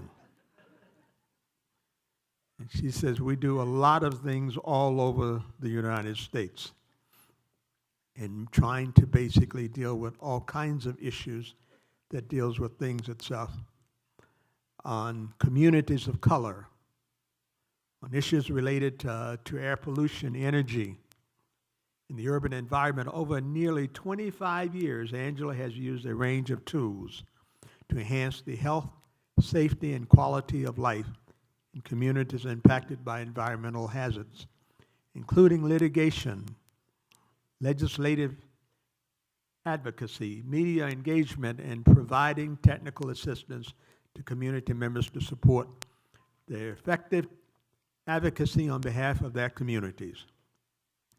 Angela's efforts focus on policy development, implementation, and enforcement in a variety of environmental areas, such as the impacts of climate change policy on communities of color, the elimination of oil extraction in LA's urban neighborhoods, the fulfillment of the health-based air standards established by the Clean Air Act, public participation in environmental decision-making. Now, this is one, when I began to read this, I said to myself, maybe my staff has basically erred, because this doesn't make any sense. The end of inappropriate citing of sources of air pollution. And I said to myself, what does that really mean? Sometimes we can just get up and say something, and if I always assume something, and maybe that's a little bit of an assumption on my part, if I don't understand it, I know most other people are not going to understand it. But what does it really mean? The citing of inappropriate air pollution entities within our communities. That means finding new things out. I haven't asked her. This is my interpretation. She may get up and say, he didn't know what he was talking about. This is what it really means. But to me, it means finding inappropriate areas of concentration for air pollution. If Mr. Nastri would be here, he would tell you that he has now had tremendous energy being put in by the district and his staff in areas of finding out that in grinding chromium and some of the other kind of things that they were putting off pollution that we didn't even know that basically would be occurring. They were still in industrial plants, and the people that basically were using these kind of facilities did not know that either. A lot of things that we don't know what goes on in this earth, and when we're putting two chemicals together. This last weekend we had, I think, stated, I'm the chairperson itself of the Refinery Commission for our department. This weekend we had 750 people. This is the fourth meeting that we've had in the South Bay area as to what we're going to do with a chemical there that is called hydrogen fluoride. And I don't want our staff attorney to basically saying, you need to shut up now and don't get off into an issue itself that is going to be too deep. But the fact of the matter itself is that we had some people that were concerned about what effect if this particular chemical got loose in their communities, found out that when it was being basically released, at the source of where it was being released, 26,000 parts per million of the lethalness itself of this hydrogen fluoride. Ladies and gentlemen, if you were exposed to it at 171, not 171,000, 171 parts per million for 10 minutes, it would kill you. Those were very serious kind of concerns that we had. That we had to make a decision on what we were going to do about it. And those are the kinds of things that we have had the inappropriate siting of facilities. Lastly, the reduction of health impacts of air toxins from mobile and stationary sources. These are just to name a few. So I ask all of you to please help me in welcoming them as our keynote speaker for our lunch today. It's Angela Johnson, Ms. Rozek.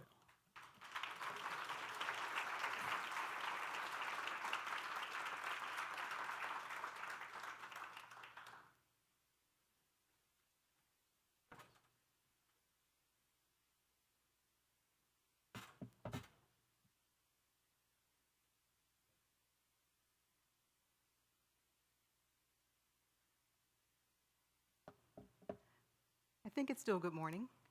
Good morning. You're so enthusiastic. I'll try it again. Good morning. Y'all still got the whole second half of the day coming after this. You need to be a little bit more enthusiastic.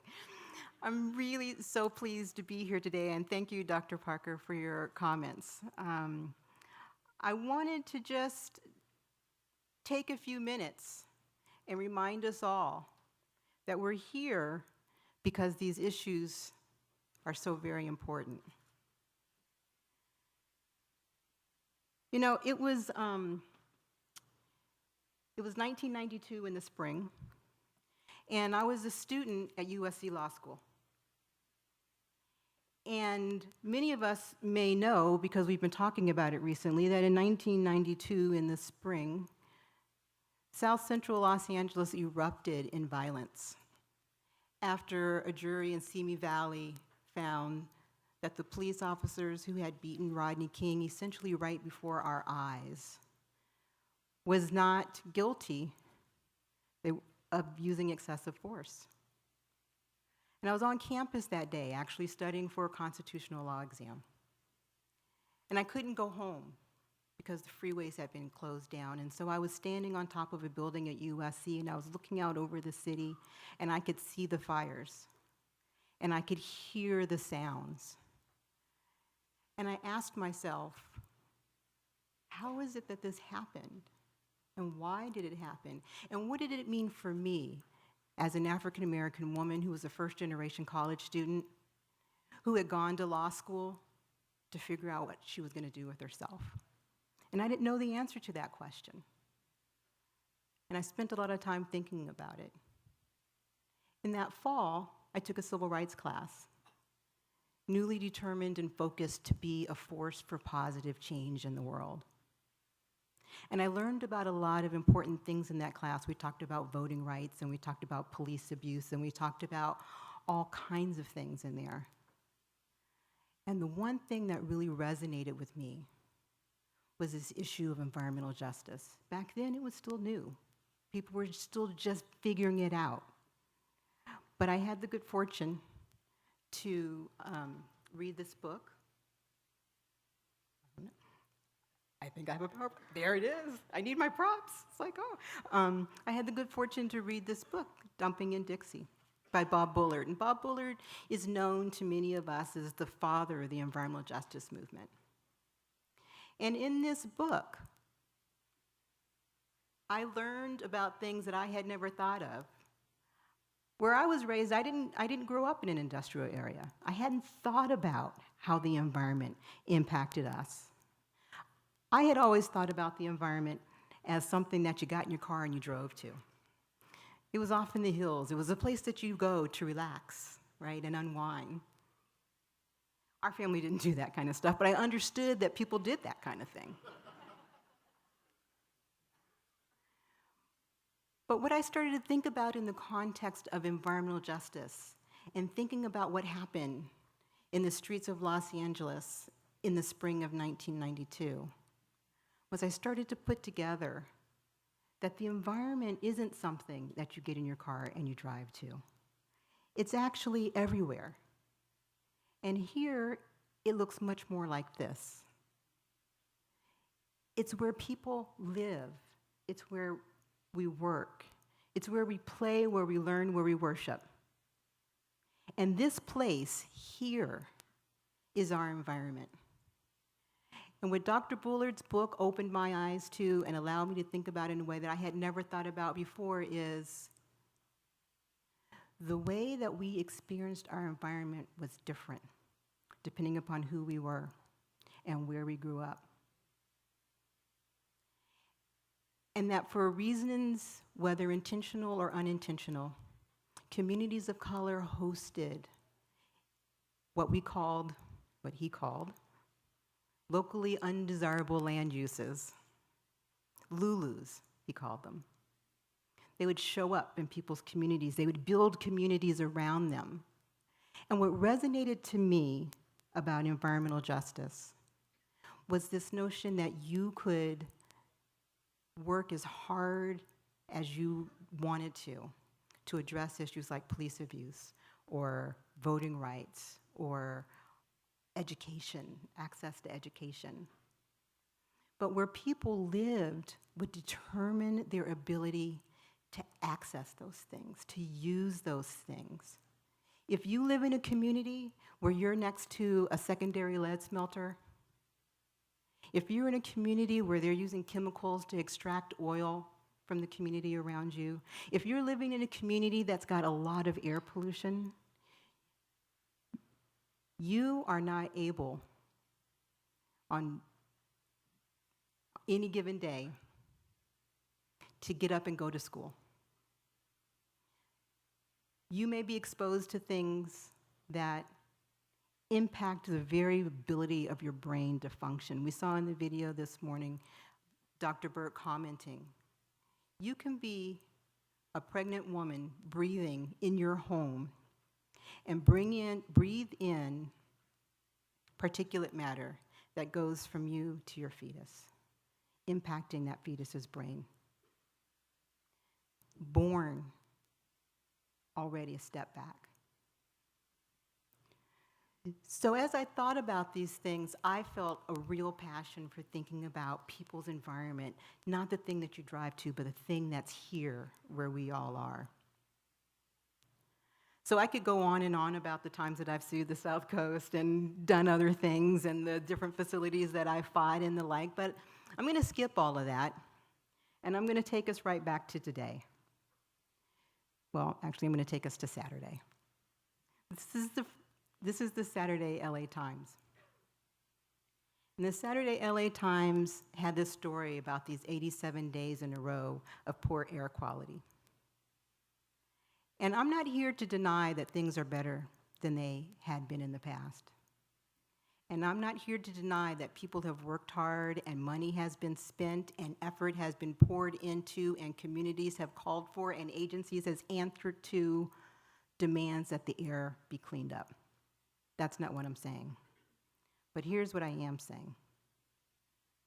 Our air quality crisis is real and it's important. And the fact that all of you are sitting in this room today highlights that you know that's the truth. This is a pull quote from this article that was in the LA Times. We have parents who think that a cough that their child has is normal, but it may be asthma. If we had cleaner air, we'd have kids who are healthier, who have lungs that can function normally, and can play sports without having to take medications. Let's just think about that for a second. This is real, and real people's lived experiences, and you know what? It's not normal. We've normalized it, but it's not normal. And I want all of you to think about all of your experiences with air pollution. And I want you to ask yourself, is this a normal that we should be comfortable with? So I'm going to just, as an aside, take a moment to show you a map, and I want you to just think about this for a second. So in California, and here in the South Coast Air Basin, we have some of the most aggressive air pollution control laws in the country. And it's not because we are, Democrats, and it's not because we don't care about industry, and it's not because we, are living in some idyllic bubble. But the reality is that California has the worst air quality in the country, and the South Coast Air Basin is the concentration of the worst air quality anywhere in this country. So yeah, the laws in Kentucky aren't as robust as the laws are here. It is not because they're a red state, it's because we've got really bad air quality. And just to make it really real, because my clients and the people that I've worked with and the people that I've met don't have the ability to not keep it real on this kind of thing. Los Angeles' air is the deadliest in the nation. So I pulled this article just because it was recent. This was from 2016. And it's got these numbers in here about the number of people who die literally for having the audacity to breathe. And just looking at this number, which is a tiny sliver of tiny portions of the city, what we see here basically is that every day, on average, about 6 people die because of our air quality. And I have to tell you that I think that I'm going to agree with Dr. Liu and the comments that he made in this LA Times article. The air quality that we have seen this summer ought to be a reminder to us that we have a persistent problem and we still have a long way to go. So because I came to this from the civil rights side instead of from the environmental side, I'm going to take a moment to hold up something that Dr. King said to us in the context of the broader civil rights movement. We are now faced with the fact that tomorrow is today. We're confronted with the fierce urgency of now. In the unfolding conundrum of life in history, there is such a thing as being too late. This is no time for apathy or complacency. This is a time for vigorous and positive action. That is our challenge. It's as real as it was for Dr. King, as it should be for us as we sit in these rooms and talk about these important issues, as we educate ourselves and talk to our friends and neighbors about the crisis that is ongoing. The reality is that things have changed, even in the 25 years that I've been doing this.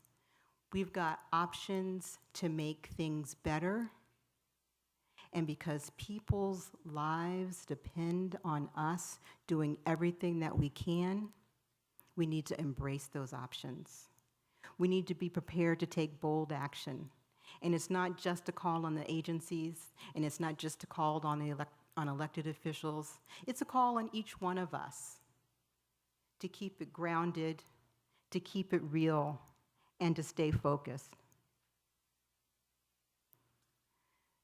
So they asked me to make sure that I incorporated a call to action in my comments. And I'm going to do that. In fact, because I'm an overachiever, I'm going to give you 3 calls to action. So the reality is that we don't have to imagine a zero emissions California. We don't have to imagine that because it's 2018 and we've got options. We need to prepare for options. We need to grab options.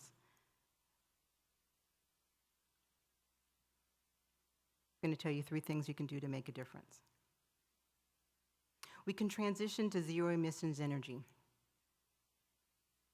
The city of Los Angeles right now is considering whether or not it ought to build 3 gas-fired power plants here in the filthiest air basin in the entire country.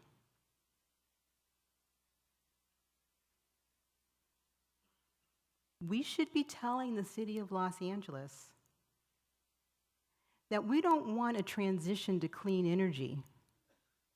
We want a transition to clean energy, and we want to stop burning gas to make energy.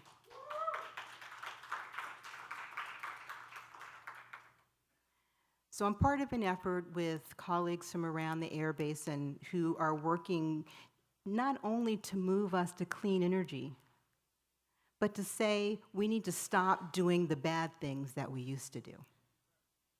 The Los Angeles Clean Air Coalition, and I put their website up there, our website up there, lacec.org, you should go there. You should look at the site. You should sign up to take action there with us as we work to point out to the city of Los Angeles that a leader in 2018 doesn't build new fossil fuel power plants. Second call to action.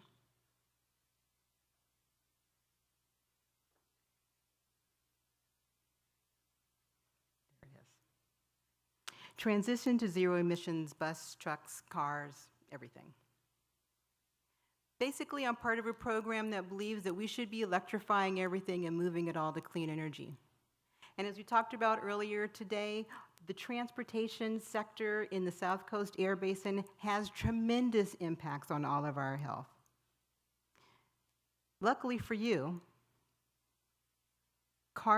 the California Air Resources Board is considering right now adopting a rule to move California's bus fleet to zero emissions by 2040.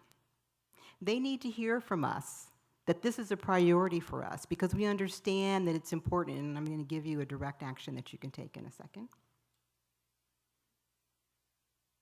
And the third thing that we can do is transition to zero emissions vehicles. To zero emissions buildings. We need to clean up the communities that are facing the worst air pollution by requiring that massive warehouses that are being built out in the Inland Empire are zero emissions ready. What does that mean?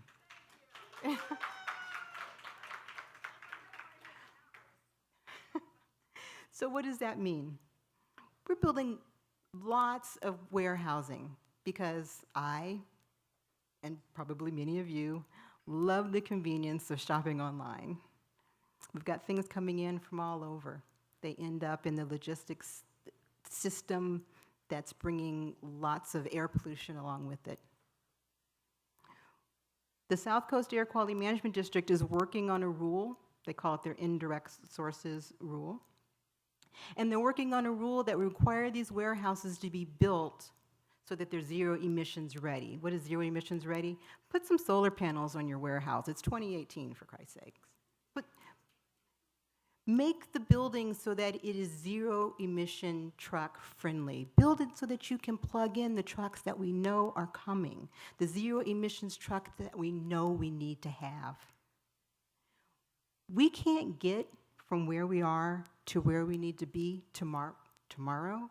It took us more than a day to get here. It's going to take us more than a day to get there. But we need to be making clear and consistent steps with every single choice we make. Each time we make a choice to change what we used to do and do the things that we know we need to do. So I was talking to my daughter about this, and she said, "Is there something they can tweet, Mom?" And I was like, "Hey, I don't know." So I contacted some friends. It's like, "Oh, look, there's something they can tweet." As it turns out, right now, at this very moment, coalition of people that I'm working with are urging the Air Resources Board to adopt their clean vehicles rule. And because we all want to be, a force for positive change in the world, here's an opportunity for you to right now, the phone that you're already looking at, the phone that you have in your bag, the Twitter app that you've been dying to look at since you've been sitting here, pull it out. And I'm actually going to give you a minute. Pull out your phone, and I would love for you right now to tweet to the Air Resources Board, @Air Resources Board, and tell them that we want California to commit to a statewide zero-emissions bus fleet by 2040. So I'm actually going to pause and put some social pressure on you. I want to see phones come out. I want people to actually hashtag this. Come on, the future is electric. Acting in ways big and small matter. And you have the power in your day-to-day life to be a force for positive change. So I'm going to just wrap up here. That's my contact information, because people tell me you should always put your contact information at the end of the presentations that you do. The work that we're doing on Right to Zero, follow us, go to our website, sign up for our newsletter. And I want to just close by saying, I started my remarks up here telling you about why it is that I do this work. You've spent the morning thinking about these issues. And I want you to just reflect for a moment on why it is that you do this work. What was that spark? What was that passion? And ask yourself, what is it that I'm going to do today to be a force for positive change? Thank you.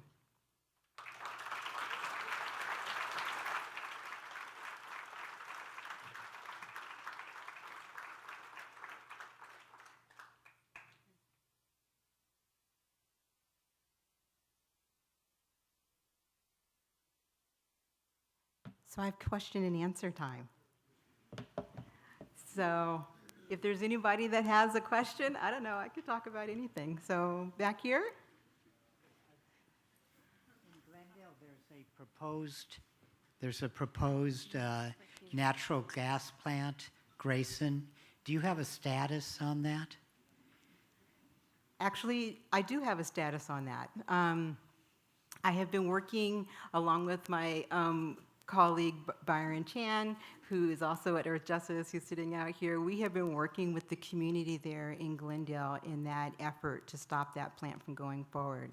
So the city of Glendale has proposed to build a 500 megawatt power plant, and working with the community, the city of Glendale decided that it would pause its efforts to build that plant and instead consider what are the clean energy alternatives to making that investment, a $500 million investment in new gas infrastructure. The city put out a request for proposals in order to get back solutions that are non-polluting solutions. They're reviewing those things right now. And what they tell us is they're going to come back sometime in the end of October to talk to us all about what the next steps are for moving that forward. So, okay. So I have two more questions, and so he's got the microphone already. Thank you. On Saturday, there was a meeting of 600 people sponsored by the SCAQMD for a hearing on the refineries in Torrance and Wilmington and the use of an extremely dangerous modified hydrofluoric acid. The Wilmington community significantly mobilized for a ban. My question concerns the pollution from the refineries, the air pollution, which can be dealt with if there is investment, the technology exists, and the extremely worst bad air condition, which would be a leak of MHF, which would kill thousands of people in the South Bay. The proposed solutions by the refineries is shelter in place, a roll of duct tape to teachers to quickly tape the windows and doors. There were many scientific presentations that reaffirmed the danger of this acid. The community is calling for a ban of MHF and replacement with sulfuric acid. This would cost $300 million.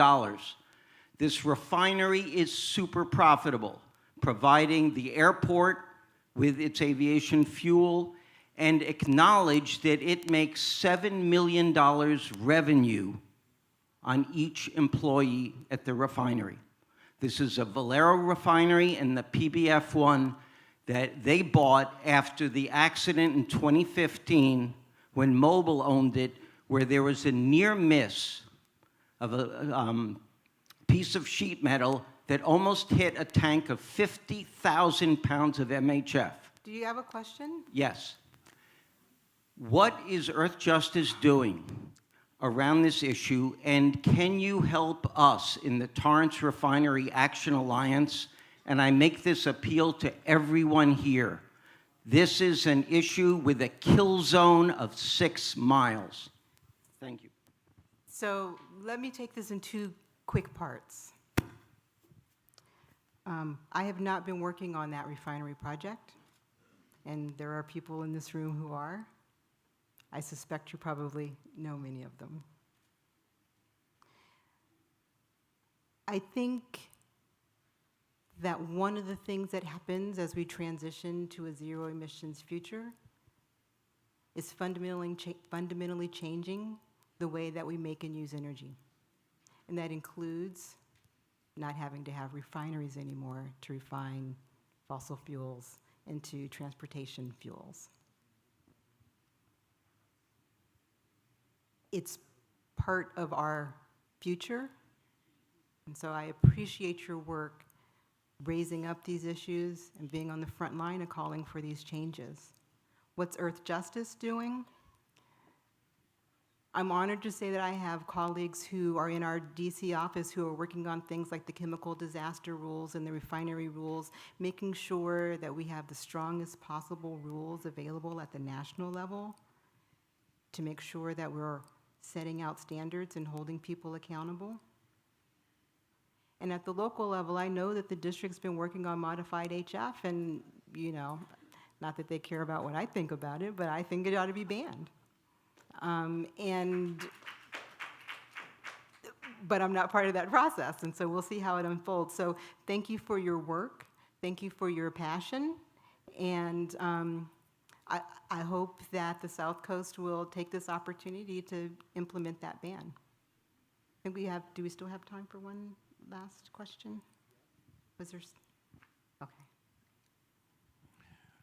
So my name is Tim Watkins. I'm from the community of Watts. I represent the Watts Labor Community Action Committee.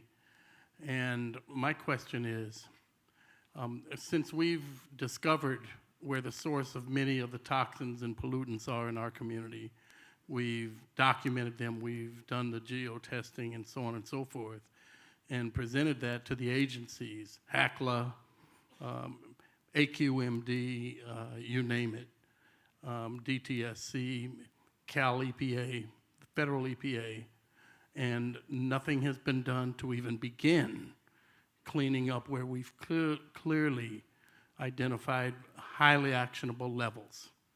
How many more conferences and programs and seminars and workshops and plenary sessions do we have to sit through before people that are smart enough to understand the reason that people in Watts live 12 years less than people in Westwood is because they are in the center of hyper-polluted areas in our community. And so that's a question, where do we find action? I just need to know where to find the action.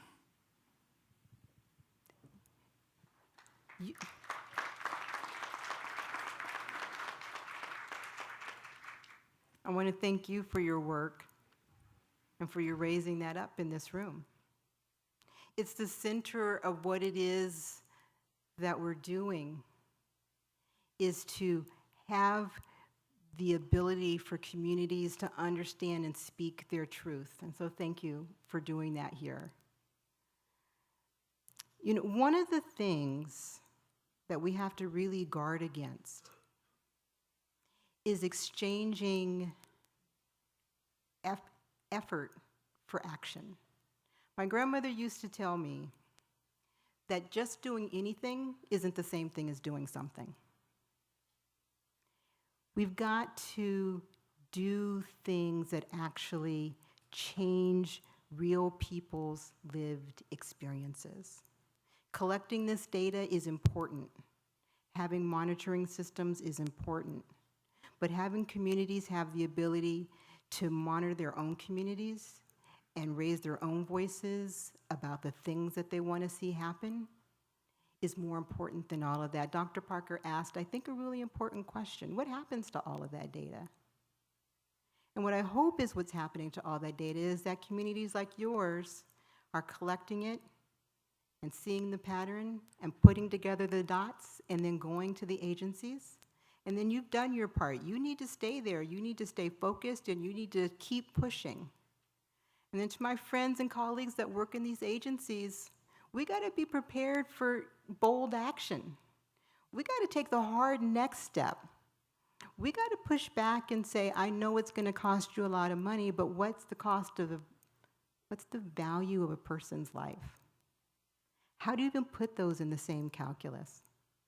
So how many conferences will you have to go to, and how many plenaries will you have to listen to? Sadly, I don't know the answer to your question. But what I will tell you is what I've learned over the past 25 years is that you have to keep going. You can't not go. And people will listen to you because of the power in your voice and the righteousness of your cause. So I urge you to keep fighting. I urge you who are in this room that have the authority to make these decisions to stand with communities like this. Go out on the limb.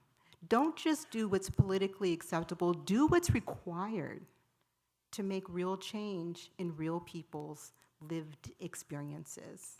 And I think if we can just move ourselves a little bit more every day in that direction, the struggle will always be real and it'll always be hard, but we can make it a little bit better. We can get a little bit closer.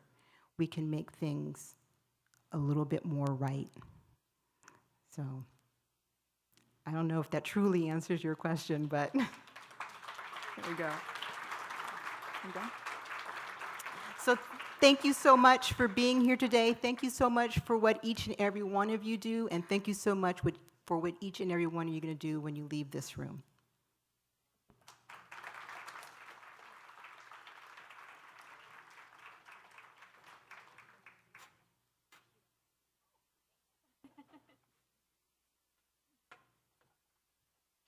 Thank you, Angela.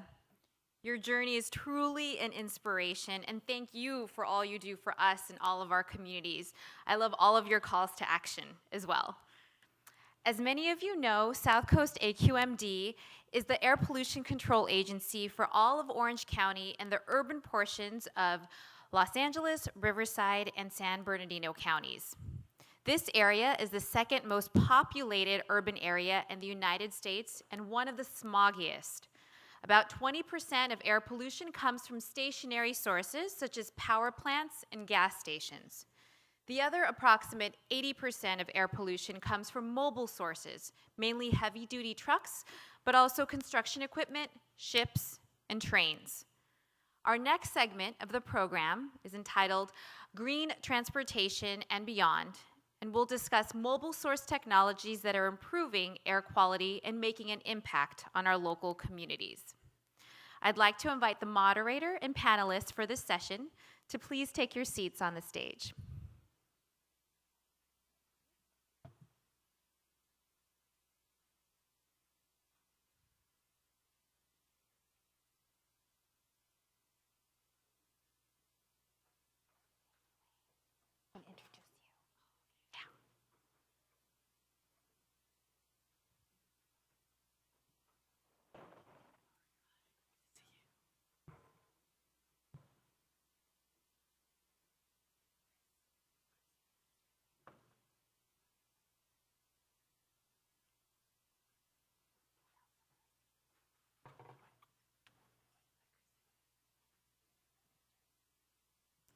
Please allow me to introduce your host for this discussion, South Coast AQMD's Executive Officer, Wayne Nastry. Wayne previously served as U.S. EPA Regional Administrator for Region 9, the Southwest region. Region 9 has jurisdiction over California, Arizona, Nevada, Hawaii, and the Pacific Islands. He worked closely with stakeholders on a wide variety of voluntary pollution prevention programs and energy conservation efforts. These include the creation of the Diesel Emission Reduction Act grant program to retrofit and replace heavy-duty diesel vehicles, and the implementation of the West Coast Diesel Collaborative. Earlier in his career, he served as the governor's appointee on the South Coast AQMD Governing Board.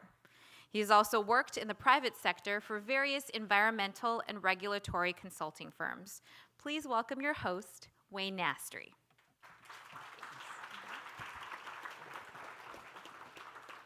Thanks, Estelle. It's a pleasure to be here today, and I just want to, again, thank Angela for her inspiring words and call to action.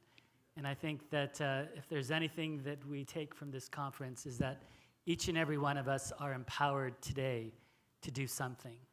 And whether it's talking to any of us up here that have the ability to make decisions or make impacts, or whether it's reaching out to other agencies, I urge you to do that. So today's plenary session, and we've heard quite a bit. If you went to the different panels, you heard about the role of technology. You heard about the workforce that is being created through these technologies, and you heard about the aspects of health impacts and what it does to all of us. And as Angela said, and as you've heard, there's been tremendous progress in terms of cleaning the air. But we have so much more to go, and the challenge is tremendous. And it's even more tremendous when you look at it from the perspective of, as an agency, we have the authority to deal with stationary sources, gas stations, factories, power plants, dry cleaners, things like that. And we've done a pretty good job of controlling those. And nowadays, what we see as the biggest challenge are those mobile sources, ocean-going vessels, ships, trains, trucks. How are we going to address those when we don't have the authority to do that? That's a big challenge for us. And you've got to do it through a series of different type of efforts. You've got to do it through collaboration. You've got to do it through partnership. You've got to do it through cajoling. Sometimes you got to do it through litigation. It's sort of that all of the above approach. And I think that's what we at the South Coast Air Quality Management District are striving to do. It's that whole all-in approach. What are the things that we can do? It's not a shotgun approach, but it is a shotgun approach. But it's very concentrated. We're using slugs. We're not using that scatter shot. And so when we do that, we can make a tremendous impact. And I think that's what this panel is here today to talk about, those areas of opportunity when we're looking at mobile sources. Over 88% of our challenge comes from NOx. And so it's so important that we look at the role of technology. We look at the aspect of leadership. So we have a great panel here today that's going to talk about their efforts, the status of their technology, because not every technology is going to be good for all applications. And so again, it goes back to that all-in approach. Let's make sure we're using the right technology for the right application. And so let me introduce our panelists. So I'm going to start out with Dr. Antonio Bento. He's a professor at the Sol Price School of Public Policy and the Department of Economics at the University of Southern California. He's also a research associate at the National Bureau of Economic Research and a research fellow at the Schwarzenegger Institute for State and Global Policy. Professor Bento received a BA in economics from the Nova School of Business and Economics in Portugal and a PhD in agricultural and resource economics from the University of Maryland.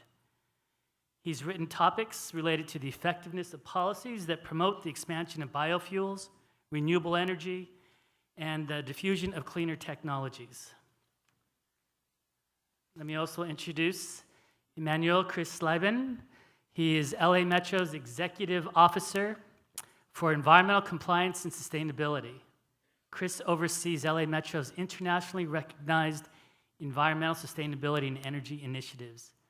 He's a published author and national speaker and is involved with transportation and environmental industry research activities, particularly as chair of several groups, including the American Public Transportation Association, the subcommittees, and he's also currently serving as a member of the US EPA's National Advisory Council for Environmental Policy and Technology, appointed during the Obama administration, so we know he's good. We also have Robin Quintanilla-Aksu. She's a transportation planner at the City of Los Angeles Department of Transportation, where she manages the Mobility Hubs program, and she previously worked as a marketing representative for the City of LA. She has a degree in business administration from the Cal State University, Los Angeles. We also have Jason Lewis, who's a senior market advisor in the Clean Transportation Department, supporting customers seeking to finance CNG vehicles and infrastructure. Jason received his Bachelor's of Science in Mechanical Engineering and Master's in Business Administration with a concentration in finance from Cal State University, Northridge. He's also a licensed professional engineer. And we also have Vincent Palacia, the Strategic Account Manager for BYD Motors, covering BYD's work in LA County. Vincent joined BYD after working as the Associate Director and General Counsel for the Tri-State Transportation Campaign, a New York regional transit and urban planning nonprofit. Vincent holds a Bachelor of Science in Environmental Engineering degree from Manhattan College and a JD from the George Washington University Law School. So the design of this session is a Q&A, and I'll be asking questions, but we're hopefully going to have an opportunity to hear from many of you, because really this is an opportunity, I think, for us and for you to learn as much as we can about the issues where we have knowledge and where we can share that knowledge. So let me just first ask the panel if we could spend maybe a couple minutes each, just introduce yourselves in addition to what I said, yeah. And then we'll start with the questions. So Chris, we'll start with you. Yeah, so I have 4 slides that have 2 substantive points in it. I just wanted to say that we've been privileged to be here, and the slides are not coming up, but just wanted to say a couple of things. Number one is, as many of you know, we've been trying to work through our long-range transportation plan, and equity is an essential element and lens in that long-range transportation plan. And for some of you who I've had the pleasure to work with, as you know, I've also been working through involving a significant amount of a number of our community in all the things that I do in our agency. So we're purposefully, and the second slide, please, if you don't mind.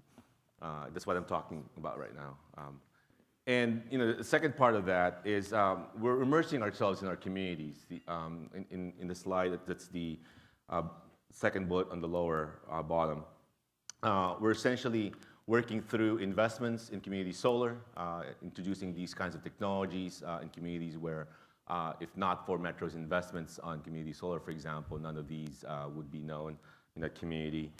We also have a Sustainability Council, and that's also, finally, as you heard Wayne say it, we've been involved in a lot of research projects, including, for example, some research projects with NGOs and universities that involve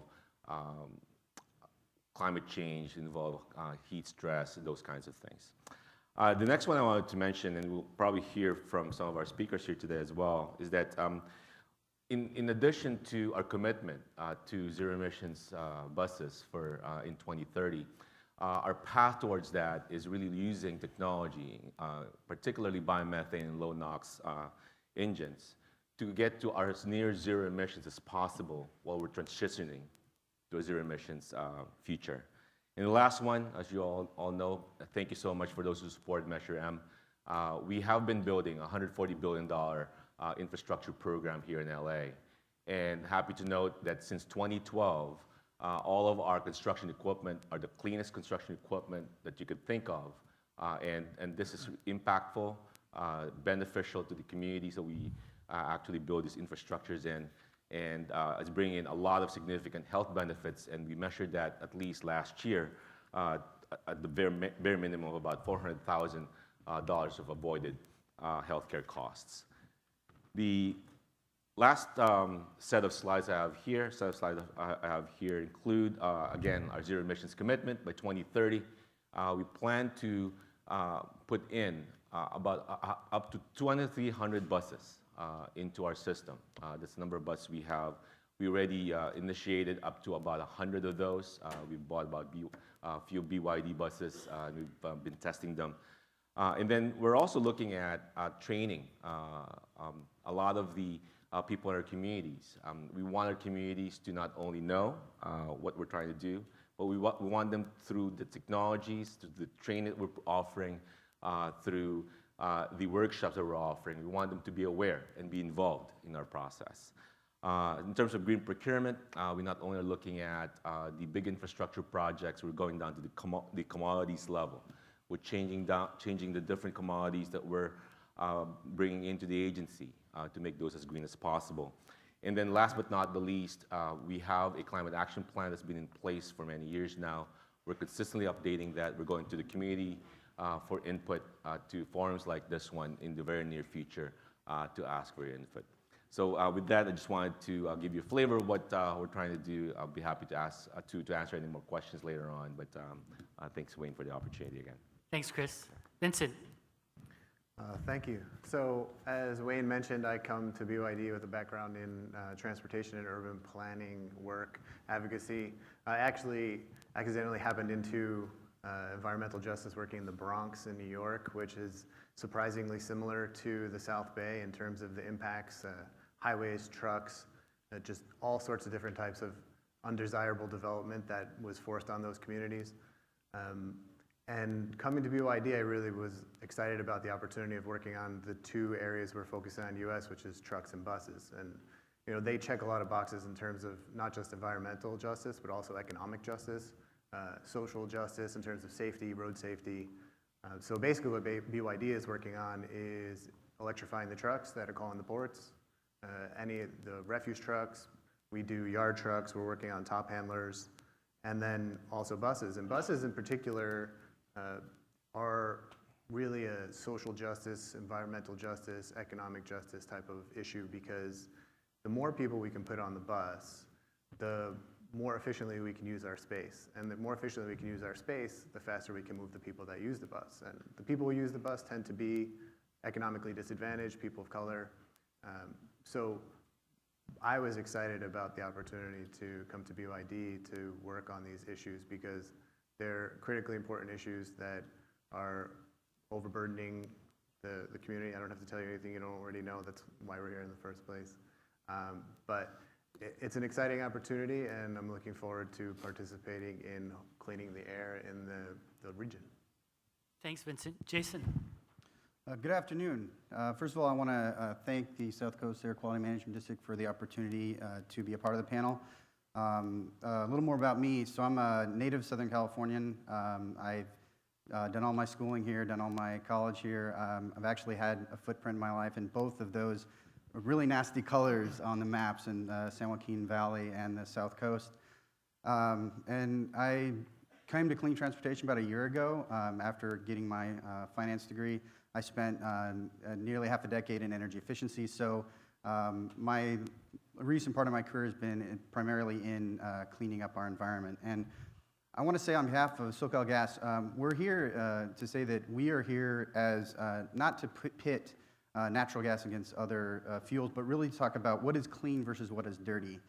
And as our keynote speaker spoke about having action today, we worked in partnership with the ARB and the South Coast SCAQMD on developing 2 medium and heavy duty engines that run on clean natural gas and also renewable natural gas, which, as Emmanuel mentioned, Chris mentioned, as a fuel for our buses today.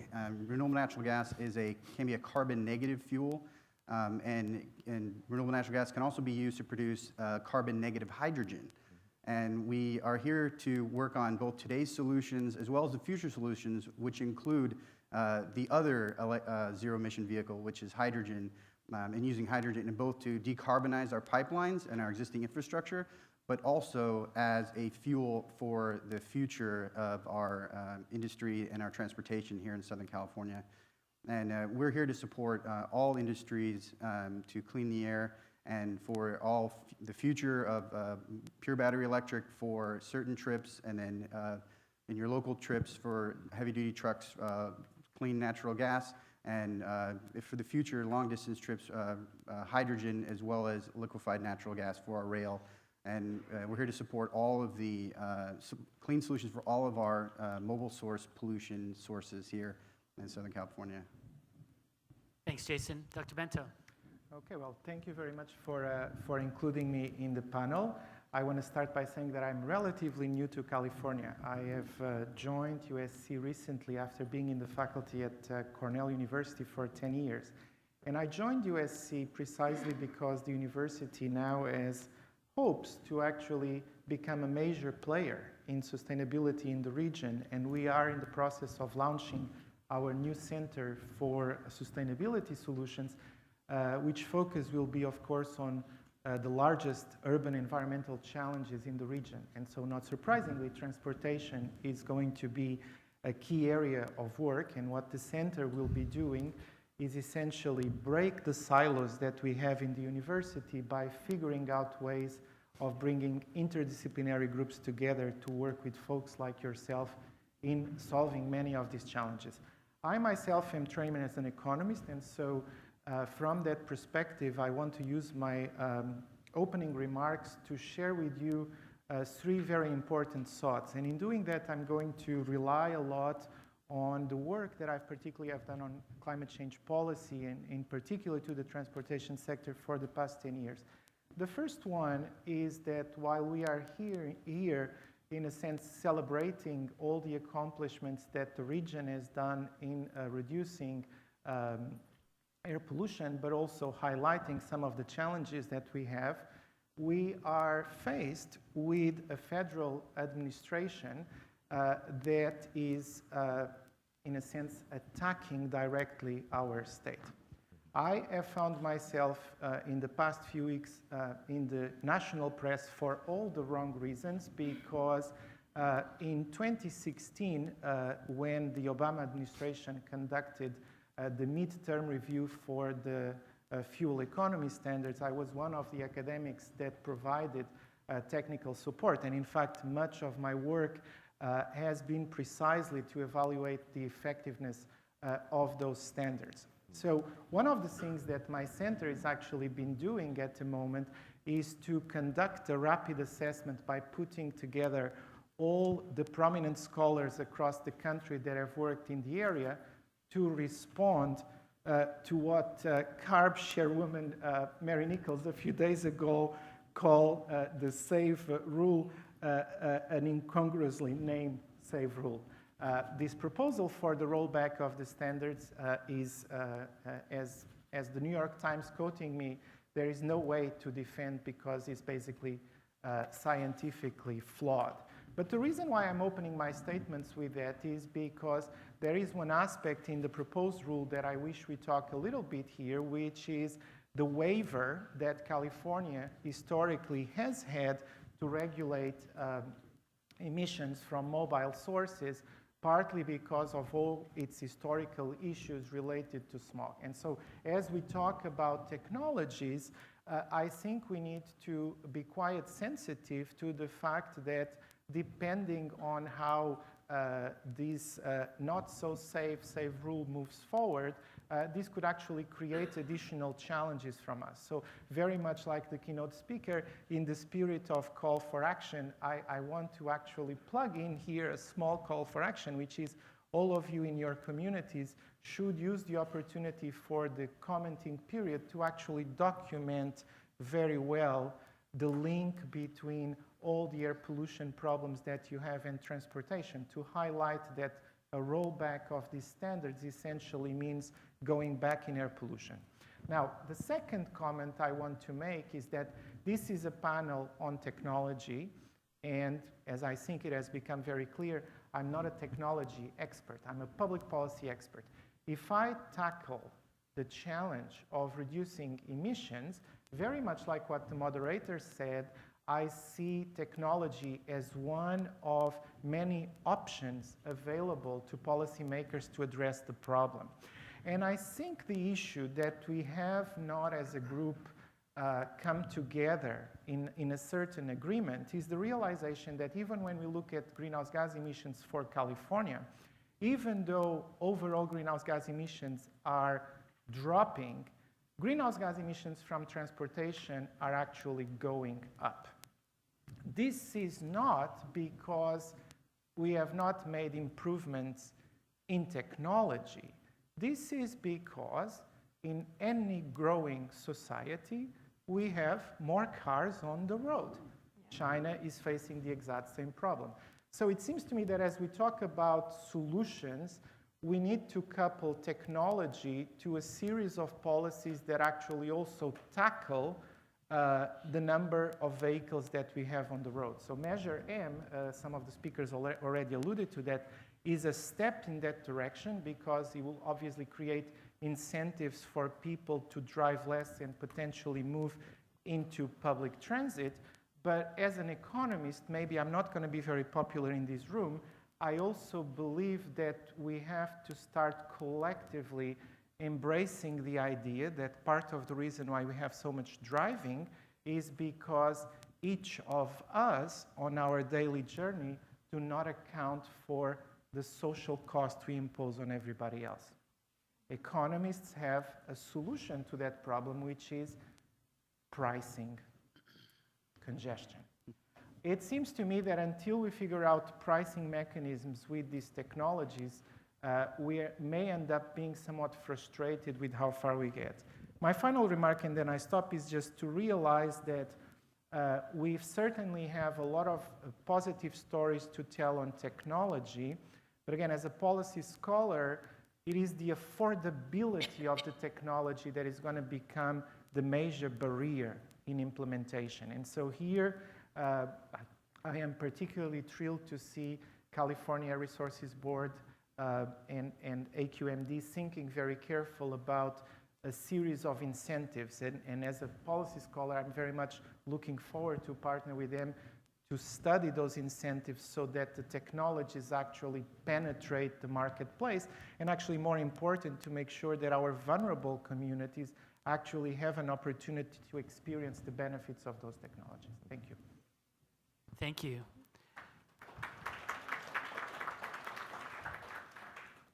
Robin. Hi, my name is Robin Aksu, and as you heard, I work for Los Angeles Department of Transportation. I'm fairly new to the city side. I used to be a contractor, so I worked in the private sector, and then I decided I needed to do more. So I came onto the city because, as many of you probably know, being on the private sector, you can only push so much.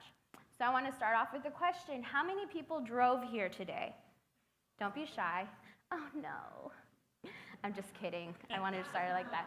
Now, let me explain why I asked that question. Currently, the Los Angeles Department of Transportation, we have many initiatives. One of the things that we're working on is, you may have heard of this, our Blue LA car share. It is the first in this nation where we are targeting low-income areas. We currently have 14 active stations in the Westlake, Koreatown, South Downtown, Pico Union area. So our goal is to provide 200 charging stations and 100 electrical vehicles. Currently, our dash, we have, if you have seen, it's a little blue bus with an LA on it in the communities. We have it in over 31 low-income neighborhoods. If you ride the Dash, you can't get lost. It goes in a circle. We run every 20 minutes. Don't you worry. Now, you're probably wondering, why bring up the Dash? We run in these low-income areas because we understand that they need to get around. The fare is currently 50 cents. Let me say that again, 50 cents.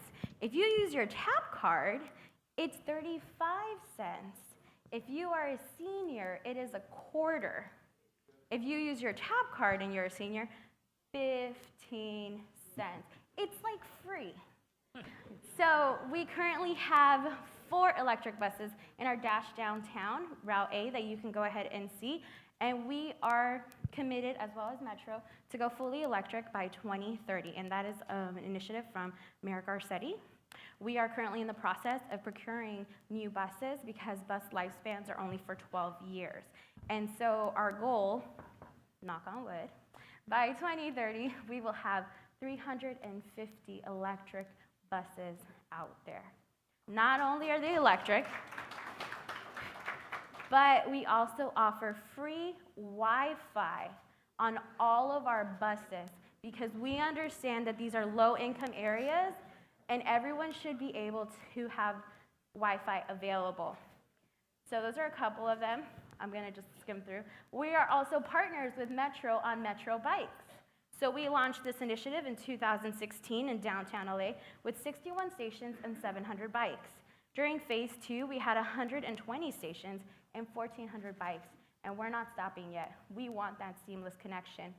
As I mentioned, I am the Mobility Hub's project manager. You're probably wondering, what's a Mobility Hub? So I'm here to tell you.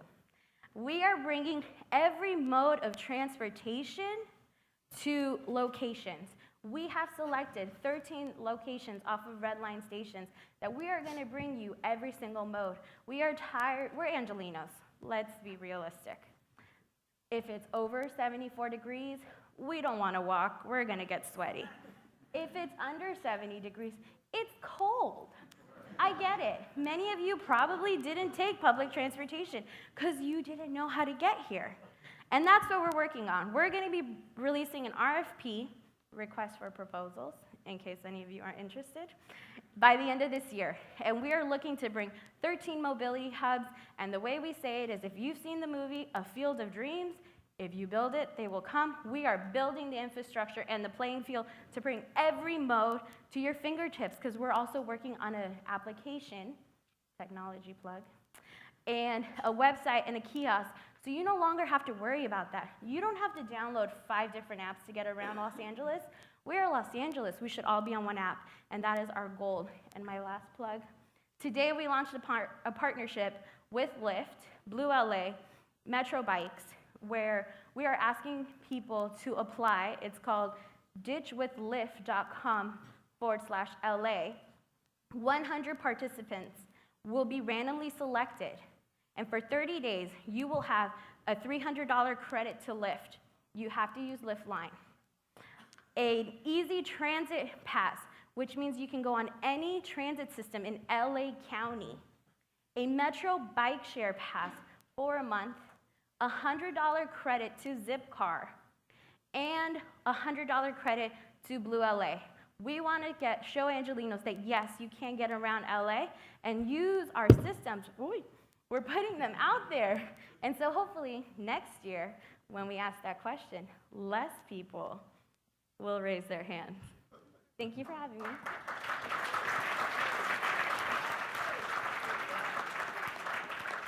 How many people love Robin right now? So, we heard from service providers, those that utilize green technology. We heard from the actual technology providers. We heard from policy. We've heard from people who implement policy. And so this conference is about environmental justice. It's about what happens in those local communities. So I want to sort of take a step back and ask each of you to sort of talk about this from your perspective of what is the technology, the green technology that you're looking at? What are the challenges associated with that? More importantly, what are the benefits that are accrued to the community, and how can they be sustained? So Chris, maybe we'll start with you. Yeah, thank you again, Wayne. There are two elements in there. The first one is, as already mentioned, we have, it's a massive agency with a lot of resources, with a lot of visionary activities, and there's a commitment, like what I said earlier, of zero emissions buses by 2030. And I just wanted to make a distinction so that we're all very clear on what that means. Electric buses may equal to zero emissions, but zero emissions may not equal to just electric buses, because zero emissions buses might be electric plus hydrogen and some other things. So, so part of that really is, the first one is getting all these technologies and getting all the people, as mentioned earlier, onto these buses, onto our technologies, onto our different modes that we offer. And the second one really, and now drawing to the challenge, how do we actually maintain these pieces of infrastructure? Our communities have grown around our bus depots.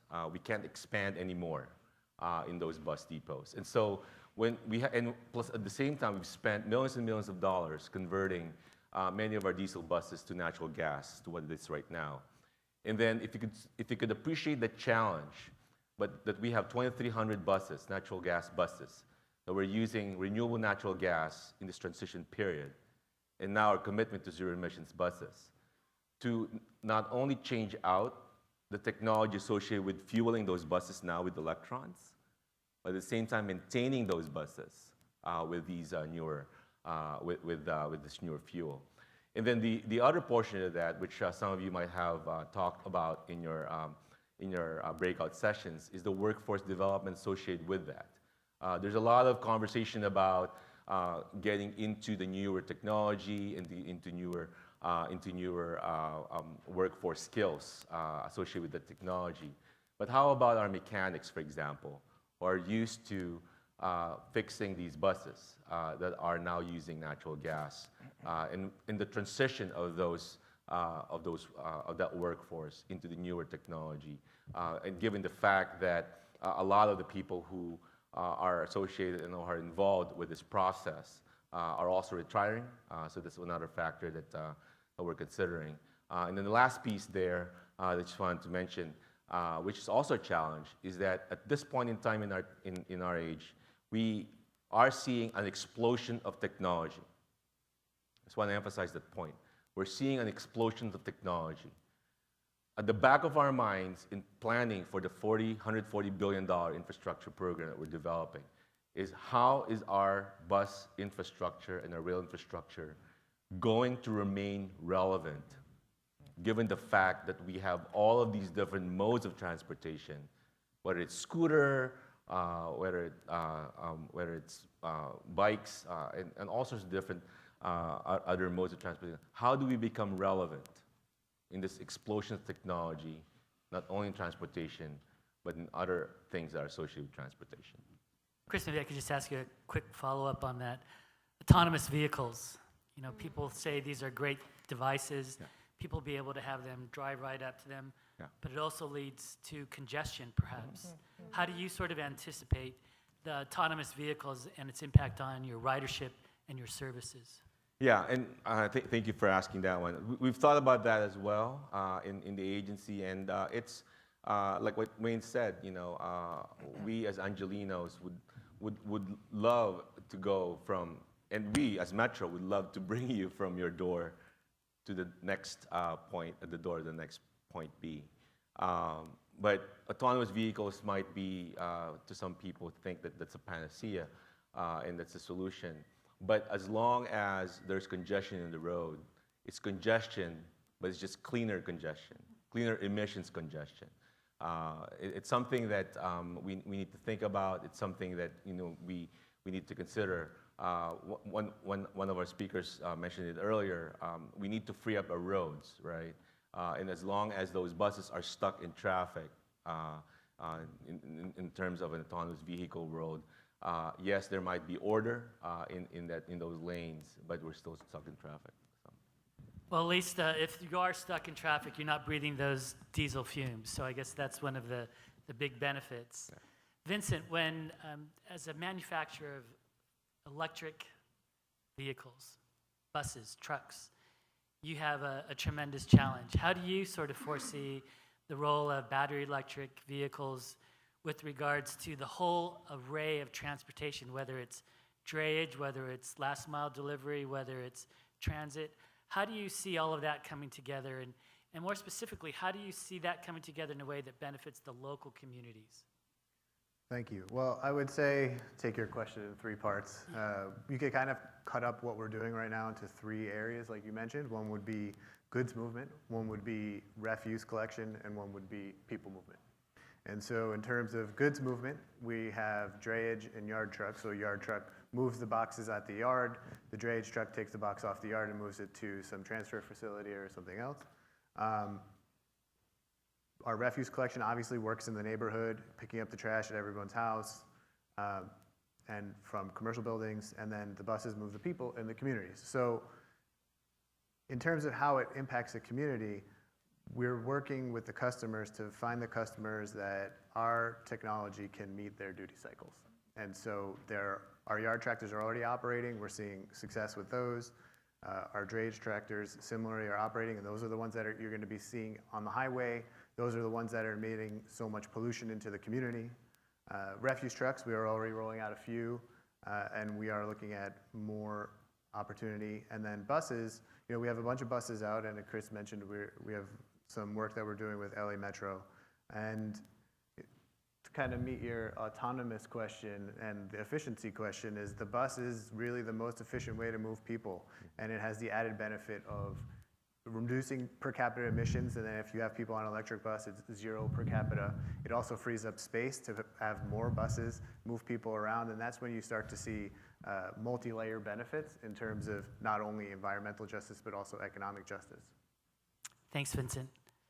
Jason, we're talking about technology and the role of technology, but the bottom line is we're talking about all of our health. And if we can't improve our health, then what good is the technology?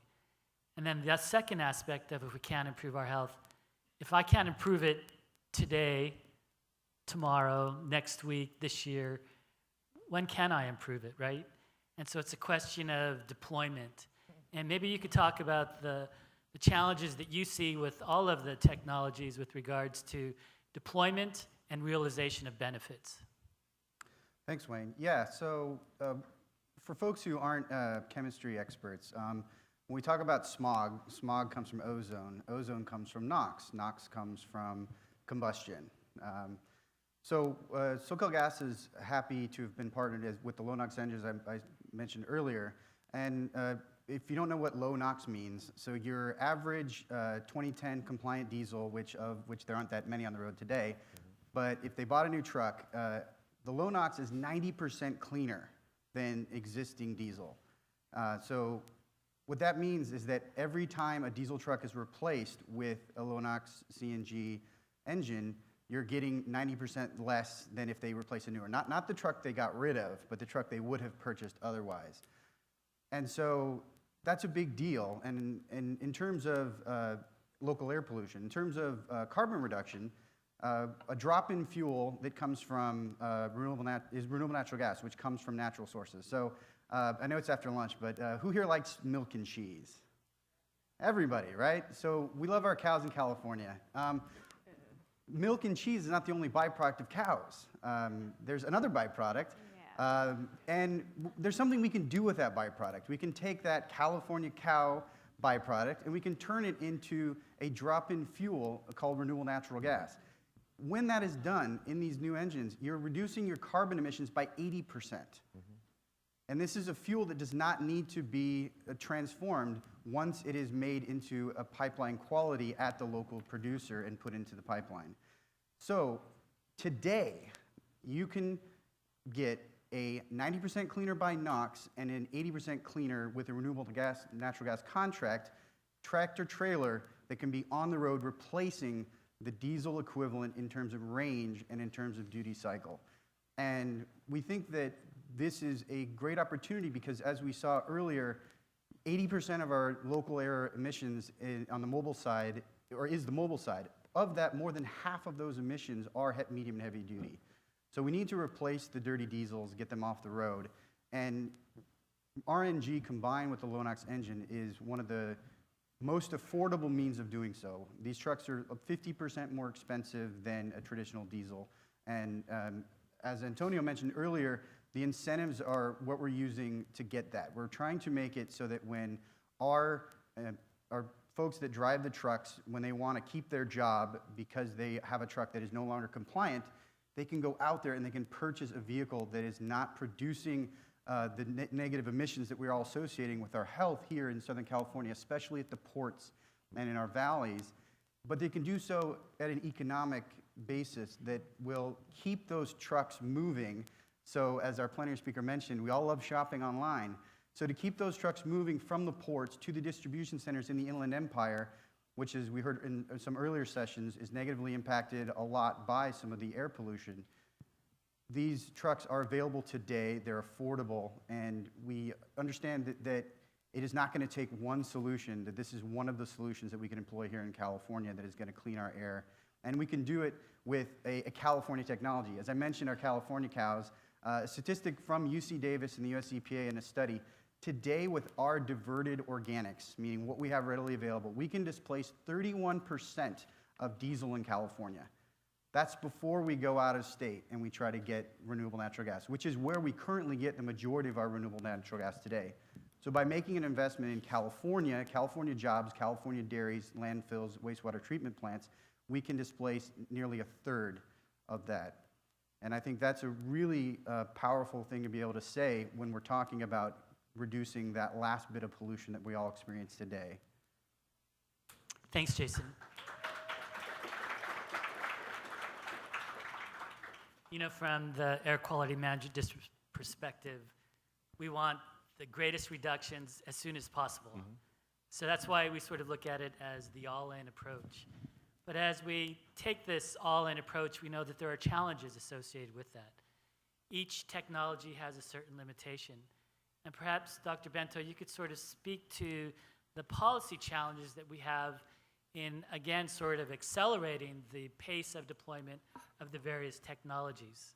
Absolutely, we'll be happy to. Thank you. So actually, first of all, related to something that Chris said, I think that one of our biggest challenges as policy analysts or even policy makers is to anticipate what's going to be optimal in terms of mode choice composition as we move forward. Now, historically, an economist would say, oh, just set the prices right and things would work out. Maybe I've started hanging out too much with my friends at the Schwarzenegger Institute that I now have a lot of reservations for many of the economists' traditional prescriptions. And I think we are at a point where it is absolutely becoming obvious that now it's the time to actually lay out and make very concrete choices on technologies. And I think that the Zero Emissions Roadmap exercise that Lacey and California Air Resources Board sponsored throughout the summer that I had the pleasure to participate was very inspiring, because I think we really need to embrace the idea that from a technology point of view, it's time to stop brainstorming about all possibilities and potentially really settle on going electric. There's a lot of potential benefits in terms of the learning by doing that would happen through time if we go in that route. However, there are several challenges. So, for example, Chris mentioned the challenges related to buses, and I think there are multiple challenges there. For example, from a behavioral point of view, historically, there may be actually a stigma against buses. From a time and cost perspective, buses have often perhaps not been competitive because of not only the unreliability on schedule, but also the lack of potential connectivity in terms of allowing you to go from your origin to your destination. So in these regards, for example, for buses, as a policy scholar, I've been thinking a lot about how to deploy all the new technologies that we have of electric buses, which, by the way, if you haven't tried, I just came from Europe, go and try an electric bus. It's wonderful. It's silent, it's clean, and I think it's great. And one way to increase the adoption is really to provide the right incentives for the individuals to ride on the bus. So the same way, many years ago, here in California, we launched a policy where we allowed solo drivers of hybrid vehicles to drive in our carpool lanes. I think one way to incentivize greater adoption of buses is to really commit, for example, to dedicated bus lanes and create express lanes for buses. From an economic point of view, again, I'm new to California. I want to apologize if there are some statements that I'm making that may be politically incorrect. This is Economics 101, and I'm here to learn from you how to navigate my economics concepts into what's politically feasible. Just wanted to add that we're increasing the BRT system Which here is, as well. which is a great success, because we've seen that from many parts of Europe, we've seen in Latin America. And by the way, it's a much more cost-effective approach to public transit than it is when we go, for example, with light rail or metro. Studies have shown that again. Now, the part that I think it's more complicated is really to expand the adoption of electric vehicles to the broader population, because even though costs of production have gone down, the reality is that there's still an issue of affordability. And so we certainly have already the Clean Vehicle Rebate Program in place, but I think we need to use our imagination to how do we multiply on the benefits of that program, and perhaps how we think of perhaps more broader solutions for our vulnerable community, where maybe instead of figuring out ways to have each individual have one car, maybe what we want is actually a metropolitan area where some individuals have cars, many others rely on car sharing services, and others rely on bus. And so this may require, for example, us thinking very careful how we integrate in a much more serious way car sharing services into our communities. And I would say that from a public policy perspective, the challenge there is that if we were to move towards a model where car sharing services are also electric vehicles, now we're going to have very careful public policy related to the location of charging stations and the entire infrastructure to sustain this system. I think that's going to be a major challenge in front of us, but it's actually also a tremendous opportunity, because this is a case where the industry has gone and has moved a lot faster than policy. And we've actually are seeing automakers competing by providing different types of charging stations and different equipment for charging stations. If you look at the strategy of Tesla, it's been completely different than some of the other automakers. So I think thinking about that in the portfolio of choices is very important. Now, I want to conclude by saying that despite all of these, I am still very puzzled. Another area of work that I do is broadly on the interactions between climate and air pollution. And what we've been seeing is that even though in our region we managed to reduce NOx quite effectively, for the most part, for the past few years, ozone emissions have actually plateaued, if not increased modestly. And so this suggests to me, more or less, yeah. I would agree with the plateaued. Yeah, plateau. Plateau, I think this summer we may have seen mild increases. Let's not debate that. But the point is that the underlying force here is really that we may be arriving at a point where, in thinking about all these technologies, we also need to assure that we are delivering on reductions of VOCs. Because if the target is just to continue to reduce NOx in particulate matters, that alone will not solve our ozone crisis. And in fact, part of the reason why we are having these 80 and more days of violation with ozone is actually because when then interacted with higher temperatures, ozone levels spike. And so in my world, we call that a climate penalty on ozone. So one of the major benefits actually of going to electrification is if we manage to reduce greenhouse gas emissions and we do this at a global level, eventually we stabilize temperatures that would then also help us reduce ozone. If we don't do that, and I think this is what I urge you to comment, for example, in responding to the Trump administration current proposals, is that if we don't do that, our local costs of reducing local emissions are going to go up because we're going to be fighting against a warmer climate. So it's not just finding the optimal modes of transportation. It's not just finding the right incentives locally. It's to remind that a lot of our struggles are also a reflection of the interactions with a much more global system. And so in that regard, my research group is also partnering with the European Commission and with the Chinese government in terms of figuring out the optimal design of incentives for zero-emissions vehicles. And this is because I personally have a very hard time believing in an agenda of America first, and especially if I was an automaker, I would be doing strategies for the global market. And so I really believe that California moving with very strong policy incentives for zero emissions aligned with the European Union and with China is really going to help us move forward. So I'm very hopeful, and I really believe also that with the revenues that our cap and trade program generates, we could continue to enhance these vehicle rebate programs and actually expand the diffusion of adoption of electric vehicles. Thank you.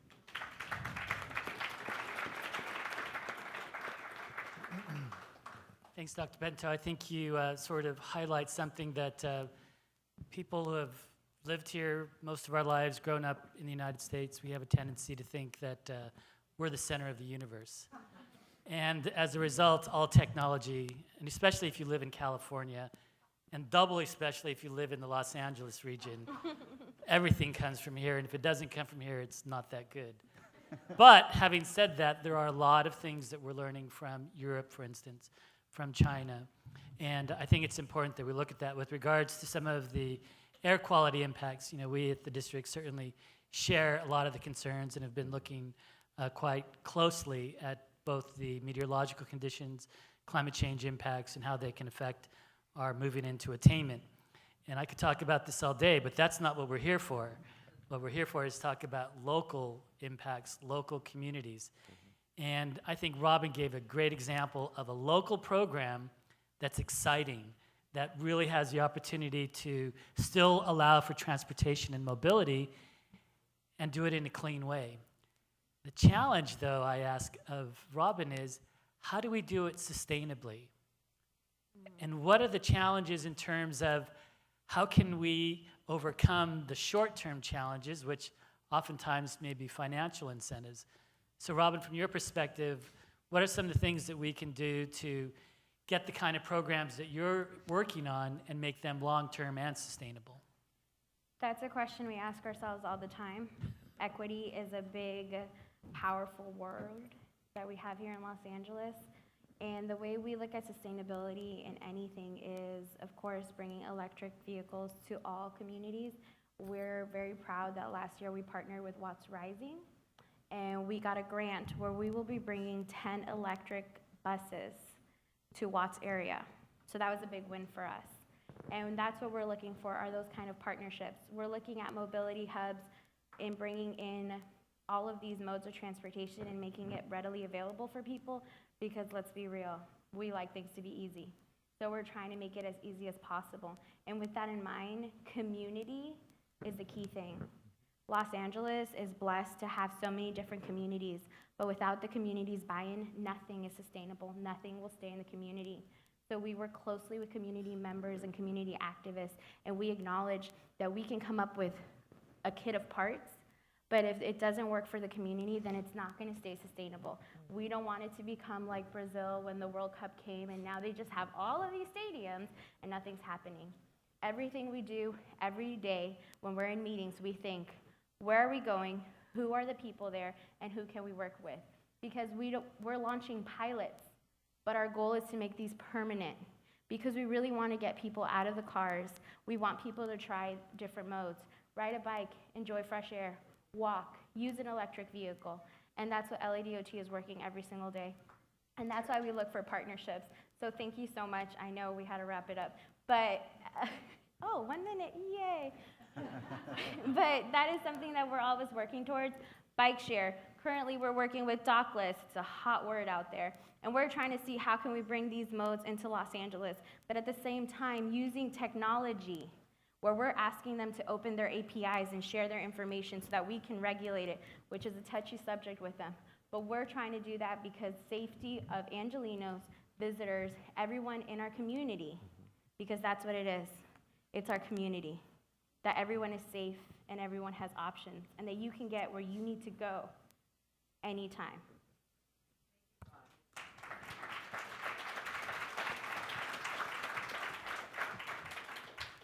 So I want to say that's right. That's exactly right. It's about our communities, and that's what this conference is about today. And so I expect to get the hook any minute now. I'm looking to Rainbow. Do we have time for any questions from the audience? Okay, a couple questions from the audience. And I see Mayor Clark waving her hand. And you have a microphone coming, Mayor. Thank you. Nobody has really mentioned about China's air pollution and that it comes over to us. I saw an article in the LA Times about that a while back.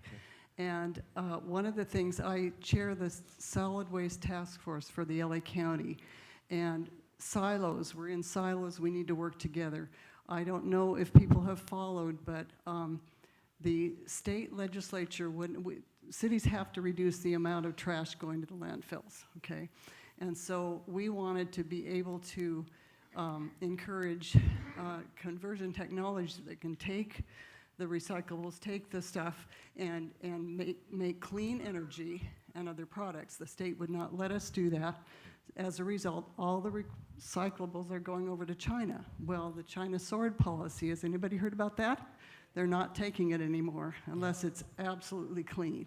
So you have to wash this out, dry it, before you put it in the recycle bin. Not gonna happen. So I hope that in this room, there's so much energy and so much brain power that we can work on having conversion technologies that are clean, that can take what's going to the landfills and the China isn't taken anymore, that we can encourage here in California making clean energy from it. So please use your brains to do this, because I toured 2 materials recovery facilities a couple of weeks ago. There are bales and bales and bales and bales sitting there because China won't take them. They're going to go to the landfill if we don't figure something out. So please encourage the state to give us credit for technologies that can make energy. Thank you. Thanks, Mayor. I'm not sure there was a question in there, but will you work on that? We'll work on that. And actually, Jason has a response to the statement. Yeah. Thank you, Mary Clark. I'd like to say that SoCalGas was proud to partner with a local waste facility out in the Inland Empire, CR&R, to actually work on waste diversion. So the recyclables is something we're going to have to work on by all means. But in the meantime, our diverted organics can be used and put into biodigesters and turned into renewable natural gas for both on-site use, which CR&R is doing, putting that natural gas into their, the biogas into their vehicles that go pick up the waste, but also pipelining it into our pipelines, decarbonizing our pipelines, and is one of the first in California to do so. And we're really proud to have worked with a local company with many different sources of funding, state, local, federal, to be able to decarbonize not only our waste streams, but also our natural gas pipeline. Thanks, Jason. We have time for one more question. And does somebody already have a mic? Go ahead. I know there's somebody behind you, Ricardo. Let's go over here, though. Sorry. Go ahead.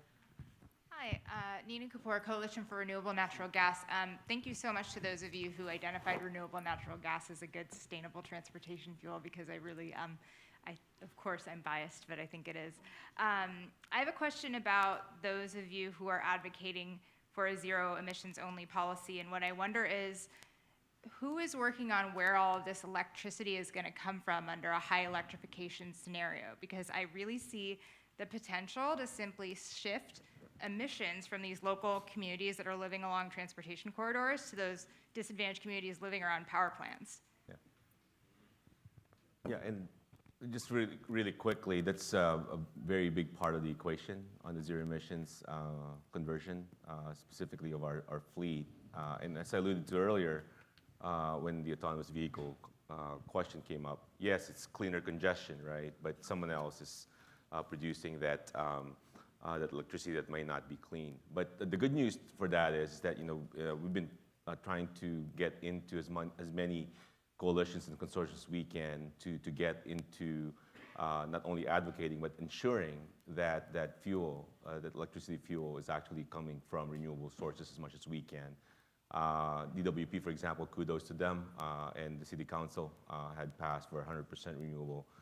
The State of California, SB 100, by 2050, 100% renewable. And then the Clean Powers Authority, CPA, in the County of LA, where I'm proud to say that up to about 30 of our facilities are now experiencing 50% electricity from renewable sources.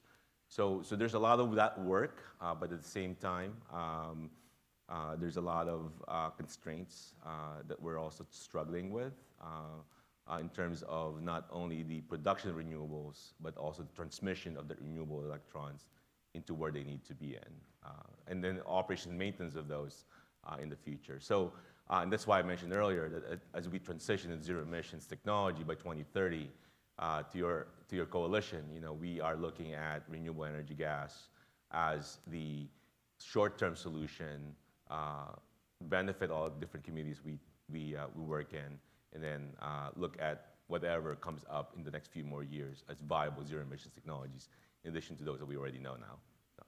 Dr. Bento? Yeah, I wanted to add a point. So I think you touched on one of the biggest challenges, which is, of course, we're going to have to come up with a new model that effectively integrates transportation with the grid. So there's two challenges, and you highlight the first one. The first one is, are we making the grid green? And presumably we are at least moving in that direction. But then I think we're still going to have an issue of the demand management of the electricity consumption. And so I personally believe, based on research that some of my collaborators have done over the years, that we now have learned a lot about how individuals respond to different pricing incentives in a way that if you restructure the grid with the penetration of renewables that we are expecting, that coupled with more flexible pricing that gives incentives for individuals to charge their vehicles at more off-peak hours could potentially allow for actually a full integration without putting too much pressure into the grid, so to speak.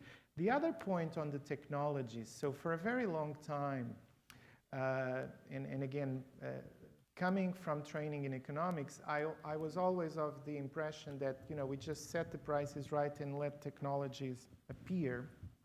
The reason why I'm actually becoming a very hardcore advocate for these zero emissions technologies in electrification is because in the case of transportation, we need to recognize that we are talking about durable goods that are going to be with us for 10 to 15 years. And so if you don't commit to the technology up front and you basically play with other options in the meantime, then you have a problem of having to speed up retirement of existing fleet when a new and better technology comes into the marketplace. And so at least I have convinced myself with some very simple back-of-the-envelope calculations, then even if today you may find that the most desirable technology may still not be the most cost-effective, if you do your analysis in a more longer-term perspective, I think you would agree with me that it may make sense to actually move into a single technology. And then what do you say about the increased premature deaths as a result from not implementing cleaner technology sooner? Absolutely. Right? Absolutely. And so, but I think the point is that the minute you account for those benefits, then you actually have a clear-cut story. But of course, that's not how the market operates, because many of those external benefits are not accounted in the decisions of purchasing vehicles, purchasing heavy-duty trucks, and that's precisely because of that we need incentives to get the prices right. So I know this panel would love to be able to talk a little bit more, but we are running out of time. And I'm sure that many of the panelists will still be here a little bit afterwards, so if you want to ask any of them any questions, please approach them. Why don't you all join me in thanking and expressing our appreciation.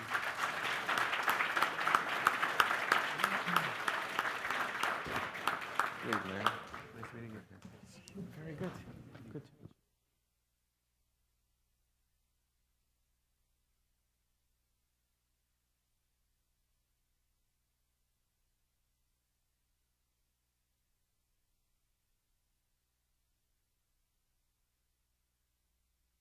Another big round of applause for our moderator and all of our plenary panelists. Let's also give a round of applause to all of our speakers, presenters, and session leaders of today's conference. It is through such commitment to environmental justice and preserving the health of residents that we have been able to see such progress. Los Angeles has the goal of becoming the greenest large city in the country. Through developments such as the Clean Tech Corridor, LA Building Code, Green Building Code, and development of public electric transportation throughout the Los Angeles area, we are on the right path. The progress does not and cannot stop here. Communities with large minority and low-income populations are the communities that are most affected by pollutants and toxic emissions. We must all remember to hold ourselves accountable for the contributions that we make to air quality. The first step towards environmental justice is education through communication.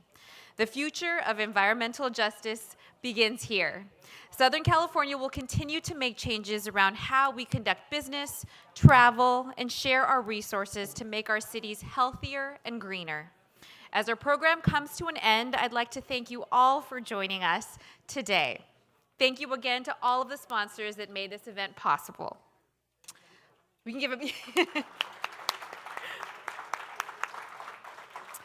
I hope that you all enjoyed yourselves and are leaving with a broader knowledge of air quality and public health, and that you're feeling inspired to join the environmental justice movement. Please take a moment after the conference to fill out a survey of today's event using the Whova app. The Surveys tab is located under the Resource section when you log in.